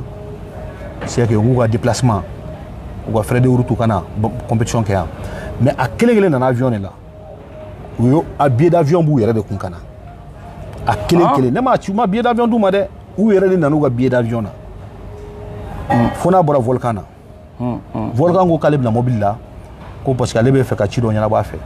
wa ale nana bon una ne fana benga parrain fo no ina faraba keta ba fo yere be sport kono c'est vraiment ba fo ka chessir là parce que ko nali boga nyanzarima na faraba e mo mi a chessir lendo surtout fo ka ti yere be ka développer ci gomna parce que ale be parrainage là les gens croyaient qu'il y avait parrainage là ko parrainage de kada hôtel c'est qu'ale parrainage là joda mi balé la fangati kono ne de ba do ouais jeru nana jeru le jeru ale de fi ale lui jonu ka dumini koy la wa ko al ni ko kunye mo ko so ala kan kisi ne kunte mo ko do ne tan jo ale de koro bon Guinée on nana un euro yurula bon lu ko nombre nganga yo nombre dépassé bon c'est que après olu ko bon ko olu va essayer nga hôtel do yunu yi pour que ka se ka taji au hôtel là bon tara ni Mistral tigi rencontrer le vieux bon vraiment c'est un bon grand frère ako la jaba ni ko kube faka fin mi ke mi ga discussion na c'est que ni ga mo ko de kanga elama la jebi se ka mindia directement c'est que na le kumana ay nga mo ko la loger directement nya fuma no se ka mindi ko dama ouais bon ou la loger pour 3 jours c'est donc compétition bané entre l'aéroport là c'est que c'est tout. Ok. Maître Salo compétition akera compétition baye. Akera kanya mais a keoli konona la polémique do kera konala. Moko ko kuma yoro do famia. Ko compétition damnele ko réglu kun fora. Ko me ko compétition damnele compétition kelinga damne ko aklara ka fo ko be yele ko be korota côté korota. Donc il y a bon explication na ne manga explication di mola mais comme si les mignama c'est que me donne une fois là exactement parce que dans cette technique goubé arbitre principal be no e barblé ouais waro barblé mo komi ale so explication di la ka temena mais ça m'a temé voilà bon il ça lema après ka explication do di mala c'est que mintene tay parce que ne tay ka fangati organiser duna ngana ou ka jouer c'est que au Qatar bon c'est que a essayé ka ko différencier arbitrage qu'on là Niger mënu be jouer c'est que ñeu koto barblé na ka staff voilà c'est que ka se ko organiser parce que waro mo gomindo abse explication na erreur mo la chugo barblé c'est explication bon me hakato yini jama fe oro là non c'est que kana oro fe me se ka jabidi mais nte fait ka jabi du oro la me faut que to do na taw barblé ko o jabi di quoi parce que aller de arbitrier pour ni nana no ya le ka se ko expliquer mo ko ka se ko famu quoi o yoro fami ara maître donc maître an ye compétiteur be kana mais est ce que abaka projet la bika projet la dono la olu be kana chogomna en compétiteur fana kata yoro la bon sulja c'est que ni aye an ye dunu wele o kana c'est que an yɛrɛ duwalen b'a kan don nataw la an ka taa o fana fɛ yen min tɛ Burkina min tɛ Guinée min tɛ Niger min tɛ Sénégal min tɛ Côte d'Ivoire même à l'extérieur don nataw an ka laɲiniw ye n'Ala sera ka se d'an ma ka si ni kɛnɛya d'an ma mɔgɔ minnu b'an dɛmɛ u ka dɔ fara dɛmɛ kan an k'an bolo ni ɲɔgɔn ma don nataw la an b'a ɲini Mali gorobara ka bɔ Mali kɔnɔ yan ka billet ta fanfare ka f'u kunna ka t'u bila aéroport la ka taa compétition kɛ o ye ne ka laɲini ye ma fo ni dawrere nya fo kan sara ala la o nga laɲini yɛrɛ tale ko bayo parce que Burkina be ko nali la salo mo chama kuma na wa tra duna no fe kana ivo bati abeta o mo fora mais olu ta don am nga laɲini objectifier mi ye dona to la ivo be Mali kona sabo comme dani abika ke champion ivo bora katami mata yoro la Guinée buga oro la no olu kun la go de compétition na olu chance ro na Mali la o Mali don Burkina be mana Mali la o Mali don ya don chine ne ivo tara Guinée ngun amaboa ama c'est ça ambo laɲini Guinée on kun ya laɲini ko nala ye décembre yana ko ni bashimake ko be fa compétition d'organiser fait pour que kase ka fana wele internationalement bon nala ma bashikala bon comme ya kuma fo bon c'est que un échange donné là bon comme ko après c'est comme na sinke na ala ke na bora en tant que joueur munta am tan no lui délégation nganga tam tan no lui bon na ma bo fana sans wele yina fangatigi be ke dati mina décembre kono ambe moko wele ni bashimake moko shila ga yoro la amu wele jamana wɛrɛ minnu kan ka far'u kan an b'olu far'u kan o bɛ na parce que Niger yɛrɛ pressé len don pour que ka na compétition na cette année. mais fana problème ye min ye i b'a dɔn salon jamana caman nana mais jamana wɛrɛw fana bɛ yen olu bɛɛ ko k'a ma f'u ye joona. Non, franchement, k'a ma f'u ye joona o y'a fɔ mɔgɔ caman y'a fɔ k'a ma f'u ɲɛna mais o tɛ problème ye Souldia n'i ye fangati bɛ komi privé c'est national mais c'est privé parce que ne yɛrɛ filɛ nin ye ne bɛ fangatigi kɛla c'est-à-dire que n ka moyen téléphoninen don trop n bɛ sɔrɔ min kɛ sɔrɔba tɛ bon sponsor min bɛ n bolo c'est que n'o ye Kilenjani ye c'est que Kilenjani franchement n b'u fo kɛnɛ in kɔnɔ sisan nɔ n b'u fo ka segin k'u fo parce que Kilenjani ni ne ka partenaire la u bɛ ka wulikajɔ min kɛ ne b'a dɔn tiɲɛ don i m'a faamuya u bɛ ka wulikajɔ min kɛ n b'a dɔn n b'u fo parce que sponsor min bɛ yen nɔ bi ni n bɛ se ka n baser a kan o ye Kilenjani de ye m'a faamuya sinon n ye mɔgɔ camanba de rencontré c'est que u k'an dɛmɛ financièrement u b'a jira k'a fɔ jamana état ma ɲi dɛ sɔrɔ tɛ ka kɛ bon vraiment an bɛ se ka boisson d'aw ma an bɛ se ka nin wari nin d'aw ma an bɛ se ka bon ne ko n ko bon ne ka compétiteur min na ne kan k'u laloger ne kan ka dumuni d'u ma ne kan ka prix d'u ma n'u banana ne de b'u furakɛ bon ka tila tuguni i bɛna organisation kɛ tuguni ça demande de l'argent. mais Maître n'i yɛrɛ bɛ se ka faamuya cogo di ni compétition bɛ ni jamaba mun labɔ n'a fɔra jamana mɔgɔw tɛ ka se ka e dɛmɛ o compétition na Maître. Souldia n tɛ kuma de parce que n'i kumana i bɛna mɔgɔw fana jɔ mɔgɔw la c'est vrai kuma man ɲi ne taara ministère des sports la ka taa lettre di ministre ma n taara u ka courrier la ka taa lettre di ye fo bi an filɛ o la jaabi ma di. Allahu akbar. ministère des sports n t'a siɲɛ fɔlɔ ye dɛ depuis fangatigi daminɛna don min na fo bi ministère des sports tɛ yen en 2013 ka se bi ma ko ne ma taa ministère des sports ma rencontré n bɛ ka kuma de f'i ye n bɛ ministre kelen de fo min ye n dɛmɛ ka to a ka ministère kɔnɔ ministre de la jeunesse Amadou Goïta a kɛra n ka parrain ye a sɛgɛra ministère la san min na a san taara ma monsieur le ministre bon n b'a dɔn lien de bɛ n'a bɛ ɲɔgɔn dɔn kojugu n ka patron ka sira fɛ taara s'a ma n y'a kuma f'a ye a ko n ma dɔgɔ problème foyi t'a la mais parrainage la n ko non n ko monsieur le ministre kɛ parrain parce que e bɛ jeunesse de ka ministère la a ko ok bon dɔgɔ n se ye min ye n b'a kɛ à part lui ma taa se ministre foyi ma k'a fɔ ko o y'a fɔ lajaba hɔn 200 la ou bien hɔn 240 na ou bien hɔn na million de kan ka fɔ Maître a kuma de don million fɔ mɔgɔ min bɛ ka 100 ɲini n'o taara 200 dɔrɔn o tɛ dɔ ye bon tu vois Mamadou Goïta fo yɔrɔ la wallahi an b'a fo bon o n'a ɲɔgɔnna caman bon ka na se n yɛrɛ dɔnbaga minnu bɛ yen nɔ c'est que n bɛ mɔgɔ minnu dɔn ne bɛ taa mɔgɔ rencontré a bɛɛ ye ne dɔnbagaw de ye ne tɛ taa mɔgɔ si rencontré k'a fɔ ko ne t'i dɔn ne bɛ taa maa o maa min rencontré ka taa n ka lettre d'i ma c'est que invitation ani kɛti ne b'i dɔn de hali ne Souldia wulila k'an ka taa mɔgɔ fɛ yen i yɛrɛ b'a kalama n delila ka k'i la ne b'a f'i ye bila ɲɛ an ka taa tiɲɛ don i m'a faamuya bon fangatigi bɛ organiser n'o dɔrɔmɛ n'o 2 de ye parce que wari don yɔrɔ ka ca organisation salo yɛrɛ organisation min kɛra an ye siège min ta salo y'a ye wallahi ne ye siège 4 de ta salo mais b'a ko siège tɛ yen i fana compétition la a compétition ka dɔgɔ mun bɛ jama labɔ ka tɛmɛ a kan bon c'est Souldia an bɛ dugawu de kɛ an ka se ka mɔgɔ sɔrɔ min bɛ se ka don an jigiya kɔrɔ hali bi mais Maître bi bi in na ni fangatigi kan ka dɛmɛ e yɛrɛ b'a fɔ a ka tɛmɛ cogo jumɛn na bon fangatigi dɛmɛ Souldia parce que ni dɛmɛ bɛ yen hali jamana tan bɛ na Souldia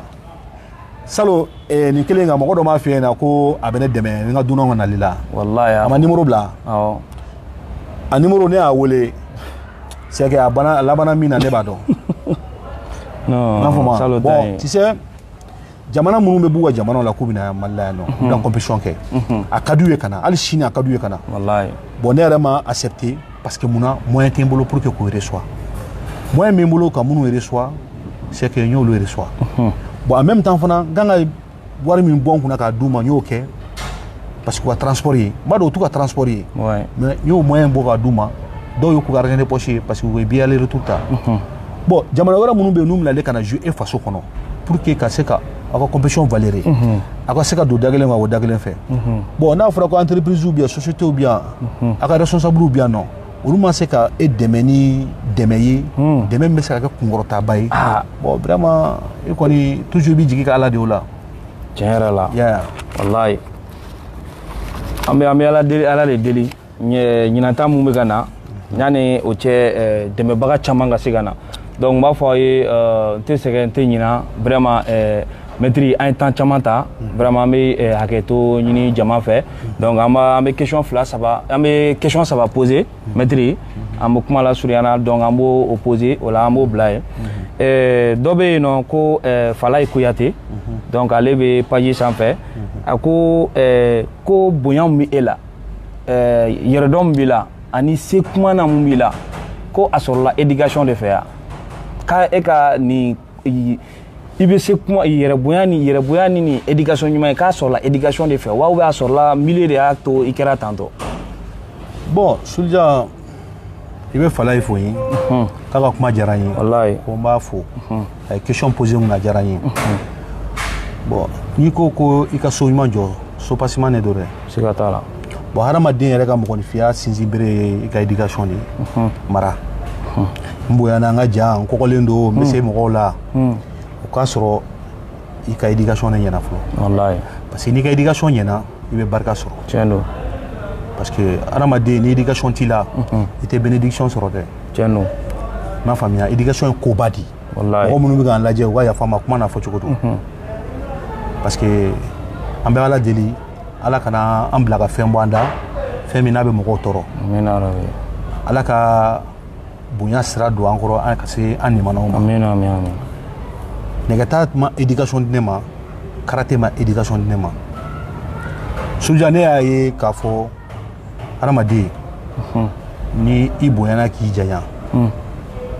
hali ni mɔgɔw b'i tɔgɔ fɔ i tɔgɔ ma se yɔrɔ min na foyi tɛ sabali bɔ siga t'o la Souldia diɲɛ fɛn bɛɛ bɛ yen nɔ ko nimisa b'a la fo sabali walayi fɛn foyi tɛ diɲɛ kɔnɔ ko nimisa t'a la ka tɛmɛ sabali de nimisa tɛ sabali de la siga t'a la Souldia sabali ka gɛlɛn a fɔli ka nɔgɔn mais a ma nɔgɔn dɛ Ala ka sabali d'an bɛɛ ma amina amina voilà c'est que n b'o yɔrɔ dan ye ok vraiment maître o kuma réponse diyara n ye maître donc compétition dɔ la n delila k'a ye i yɛlɛla compétition dɔ la scène sanfɛ i y'a fɔ couchekɛlaw ye k'u kana jouer compétition kɛ yɔrɔ bɛɛ la donc i bɛ se k'a ɲɛfɔ n ye kun jumɛn la u man ka jouer compétition kɛ yɔrɔ bɛɛ la bon Souldia mɔgɔ n'i kɛra champion ye o ye kelen star de ye siga t'a la n'i kɛra star ye f'i k'i bila star kɛwale de kɔnɔ tiɲɛ don parce que n'i y'a lajɛ nɛgɛtalaw kunun n'i kun ye nɛgɛtalaw tɔgɔ fɔ mɔgɔw ɲɛna u b'a ko cɛ bɔ an kɔrɔ dɛ mais bi mɔgɔw bana nɛgɛtalaw bi u b'u jɔ u b'u lajɛ walayi parce que o sɔrɔla mun fɛ an ka compétition bon n'i y'a lajɛ bi baara fɛrɛ kɔnɔ développé couché kɔnɔ fangatigi kɔnɔ bi star b'a bɛɛ kɔnɔ bi parce que mɔgɔ min kɛra champion ye i ye star de ye tiɲɛ don bon n'i y'a ye ne b'a fɔ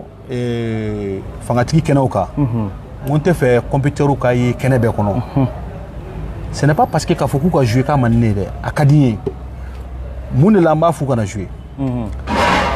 ni Ala y'an kɛ bɔfɛn ye ou bien ni Ala y'a kɛ mɔgɔ bɔra ka jamana na ka na an fɛ yen nɔ n'o y'a sɔrɔ Ala k'an kisi n'an ka joueur dɔ ye accident sɔrɔ compétition kɔnɔna na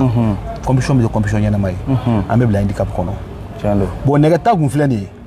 a ka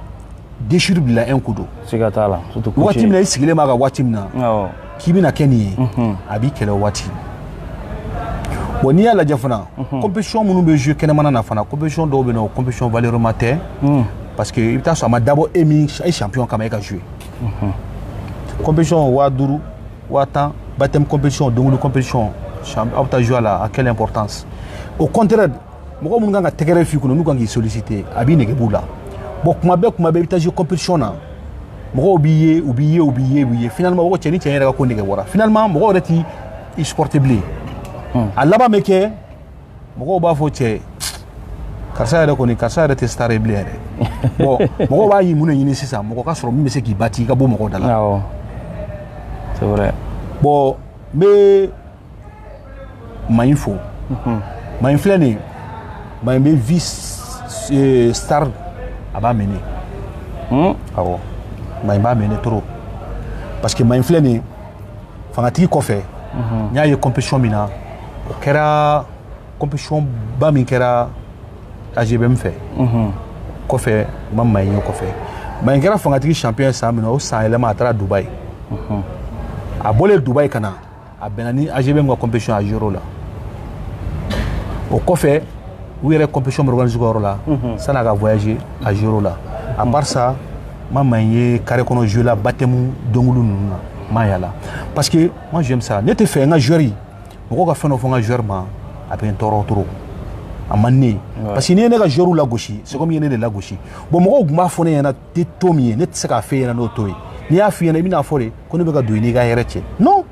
akadni ka million soro akadi ka milliard soro mais aramade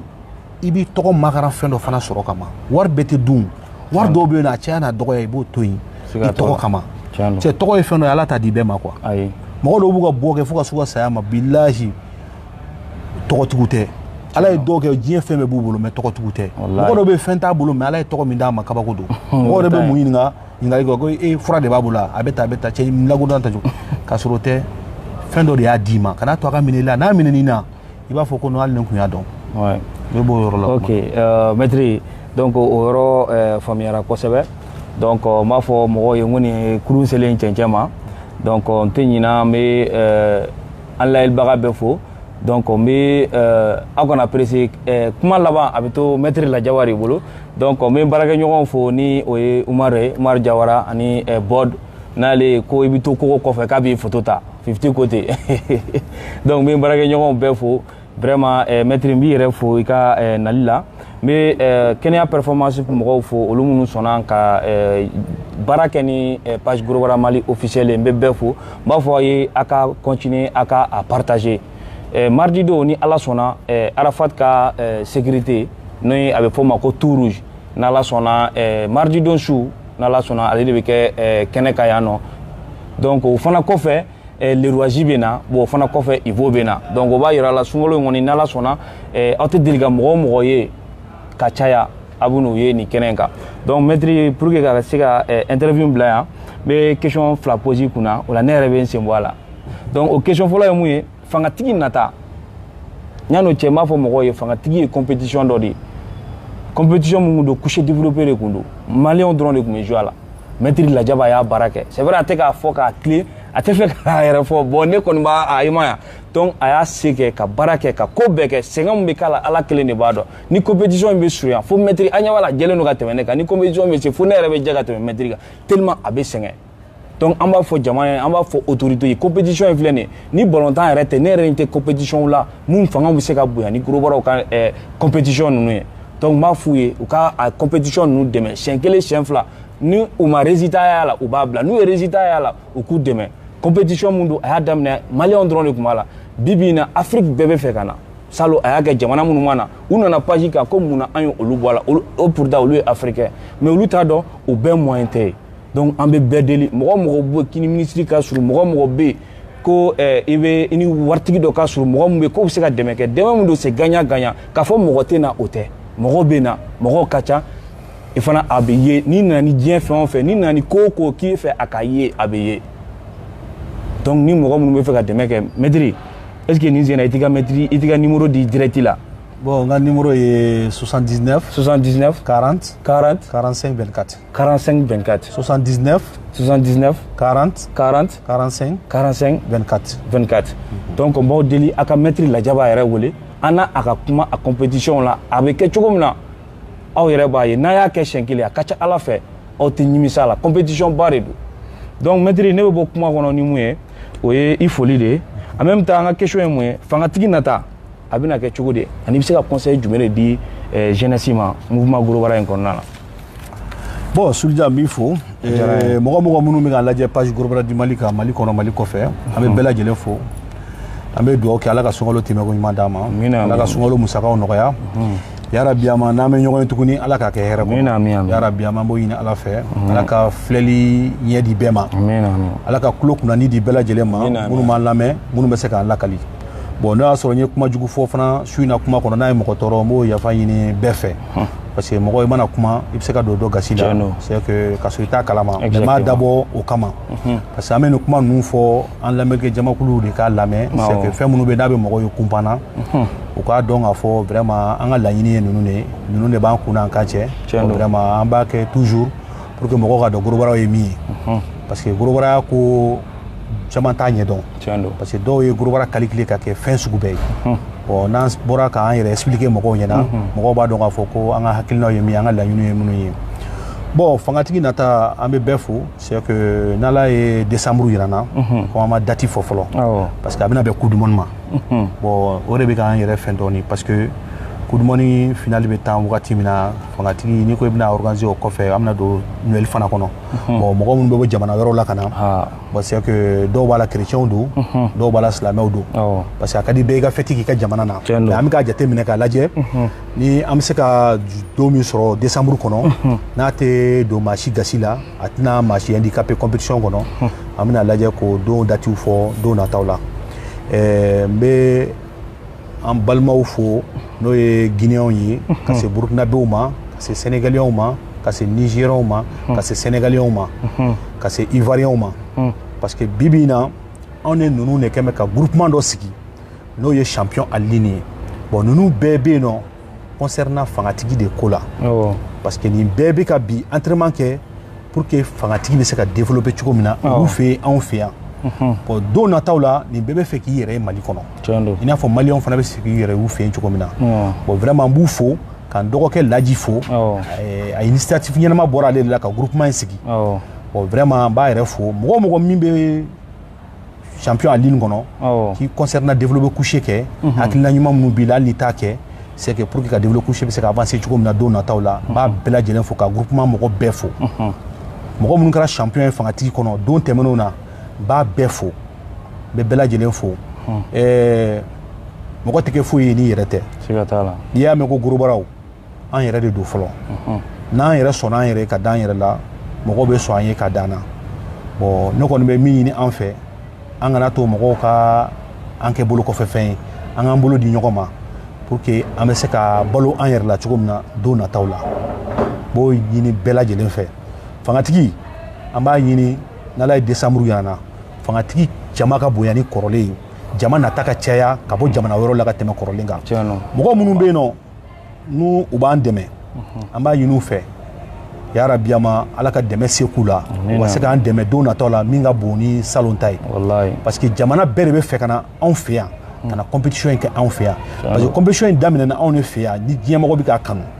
bon don nataw la ni tubabuw yɛrɛ fana nana sɔn k'a kɛ o y'an ka kunnawolo de ye parce que a ju bɔra anw de fɛ yan bon yɔrɔ ko ju bɛ bɔ yɔrɔ min na olu man ka kɛ kɔfɛmɔgɔya ko la dɛ bon vraiment an kɔni b'a laɲini an lamɛn jama kulu fɛ ni hakilina ɲuman bɛ maa o maa na ni minnu bɛ se k'an dɛmɛ an ka tagabolo la ne tɛ dɛ ne ni bonyanko minnu bɛ compétition kɛ ne n'olu n'a bɛ se k'an dɛmɛ ni hakilina minnu ye a bɛ se k'an dɛmɛ matériellement a bɛ se k'an dɛmɛ cogo o cogo ye a k'an dɛmɛ n'o ye bon dɛmɛ bɛɛ tɛ wariko dɔrɔn fana ye dɛmɛ sugu ka ca ne mɔgɔ min bɛ yen nɔ ko produit de b'i bolo mɔgɔ de b'i bolo entreprise dɔ de b'i bolo société dɔ de b'i bolo i bɛ fɛ a ka lakodɔn n'i y'a sɔrɔ i bɛ se ka n'an dɛmɛ ni fɛn minnu ye an ka se k'i ka fɛn publier n balimakɛ yɛrɛ bi yan nɔ Sulja c'est ale ka page kan an bɛ se k'a wele directement an ka page awɔ an ka page farafinna ni Mali ni Europe bɛɛ ka page bon vraiment c'est que pour que i ka fɛnw bɛ se ka lakodɔn cogo min na gorobaraw ka sira fɛ vraiment n b'a ɲini fɛ i kana i k'an dɛmɛ parce que dunan nataw dunan minnu bɛ nalen vraiment a sɛgɛn ka bon surtout moyen ko b'a la vraiment an kɔni b'a ɲini an ka autorités fana fɛ u k'an dɛmɛ vraiment don nataw la pour que bɛɛ ka kule ni Mali tɔgɔ ye i n'a fɔ san tɛmɛnenw bɛ cogo min na bon n bɛ page gorobara di Mali n b'i fo Sulja k'i ka staff bɛɛ lajɛlen fo n'i y'a ye anw dɔnna bi diɲɛmɔgɔw fɛ aw de don parce que ni n tun tɛ gorobara kɔnɔ kunun k'e fo k'an balimakɛ fo n'o ye Beni ye parce que gorobara ka t'i sigi télé la ka kuma radio la Beni fana ka wuli ka jɔ ka bɔ an b'a fo ka segin k'a fo ani an ka DJ Yasine Yasine sɛgɛnna gorobara bolo ne yɛrɛ kɔni dogo de b'a pɔte dogo ne yɛrɛ b'a tan vraiment an b'a fana fo Yasine a fana sɛgɛnna a bɛ nɛni diɲɛ kuma bɛɛ bɛ fɔ a ma parce que n'a ye gorobara min ka dɔnkili k'a la n'a ma dɔ ta k'a la mɔgɔw b'a nɛni n'a ye dɔ tɔgɔ fɔ dɔ tɔgɔ fɔ mɔgɔw b'a nɛni i n'a fɔ Beni yɛrɛ fana bɛ cogo min na bon ni si tɛ ban kow la quoi parce que nin bɛɛ bɛ faamuyalibaliya de bolo parce que ni mɔgɔw ye ko faamu c'est que ko dɔw bɛ kɛ a kana digi la parce que wagati bɛ se ka kɛ ko e tɔgɔ de ka fɔ e tɔgɔ bɛ fɔ bi dɔ tɔgɔ tɛ fɔ sini dɔ wɛrɛ tɔgɔ fɔ e tɔgɔ tɛ fɔ bon vraiment an kɔni bɛ dugawu kɛ ala ka sababu ɲuman k'an bɛɛ ala ka garijɛgɛ ɲuman d'an ma ala ka sunkalo timɛko ɲuman d'an ma vraiment mais bella jelen fo mamu ñan lajé vraiment shukura vraiment ka tobe kuma la voilà salam Mohamedou donc merci beaucoup donc ñana ka bo aka téléphone ñana ka bo direct la mba ñino fait aka partager amé andeme baga be fo no e Kenya performance mais maîtrise yere fo ani mais Sekou Kouyaté fo depuis Kayi mais mɔgɔ minnu bɛ yen kan ka grosse p français m'olu fo mais terminer ninnu fo mais papson ninnu fo mɔgɔ bɛ yen k'i bɛ jamana kɔ kan k'i bɛ jamana kɔnɔ k'i b'an ka page suit an bɛɛ ta parce que mɔgɔ bɛ to k'a fɔ ko ne ka page mais o ko in man di an bɛɛ ta de don n'i y'a ye page bi na bɛɛ de don donc an b'a ɲini aw fɛ halisa a ka page dɛmɛ a ka mouvement global dɛmɛ mɔgɔ minnu ka d'a ye k'aw ka fanu don n'a bɛ se ka fɛn minnu k'u ye aw ka idole don a bɛ se k'u dɛmɛ donc wassalam vraiment merci beaucoup. Merci.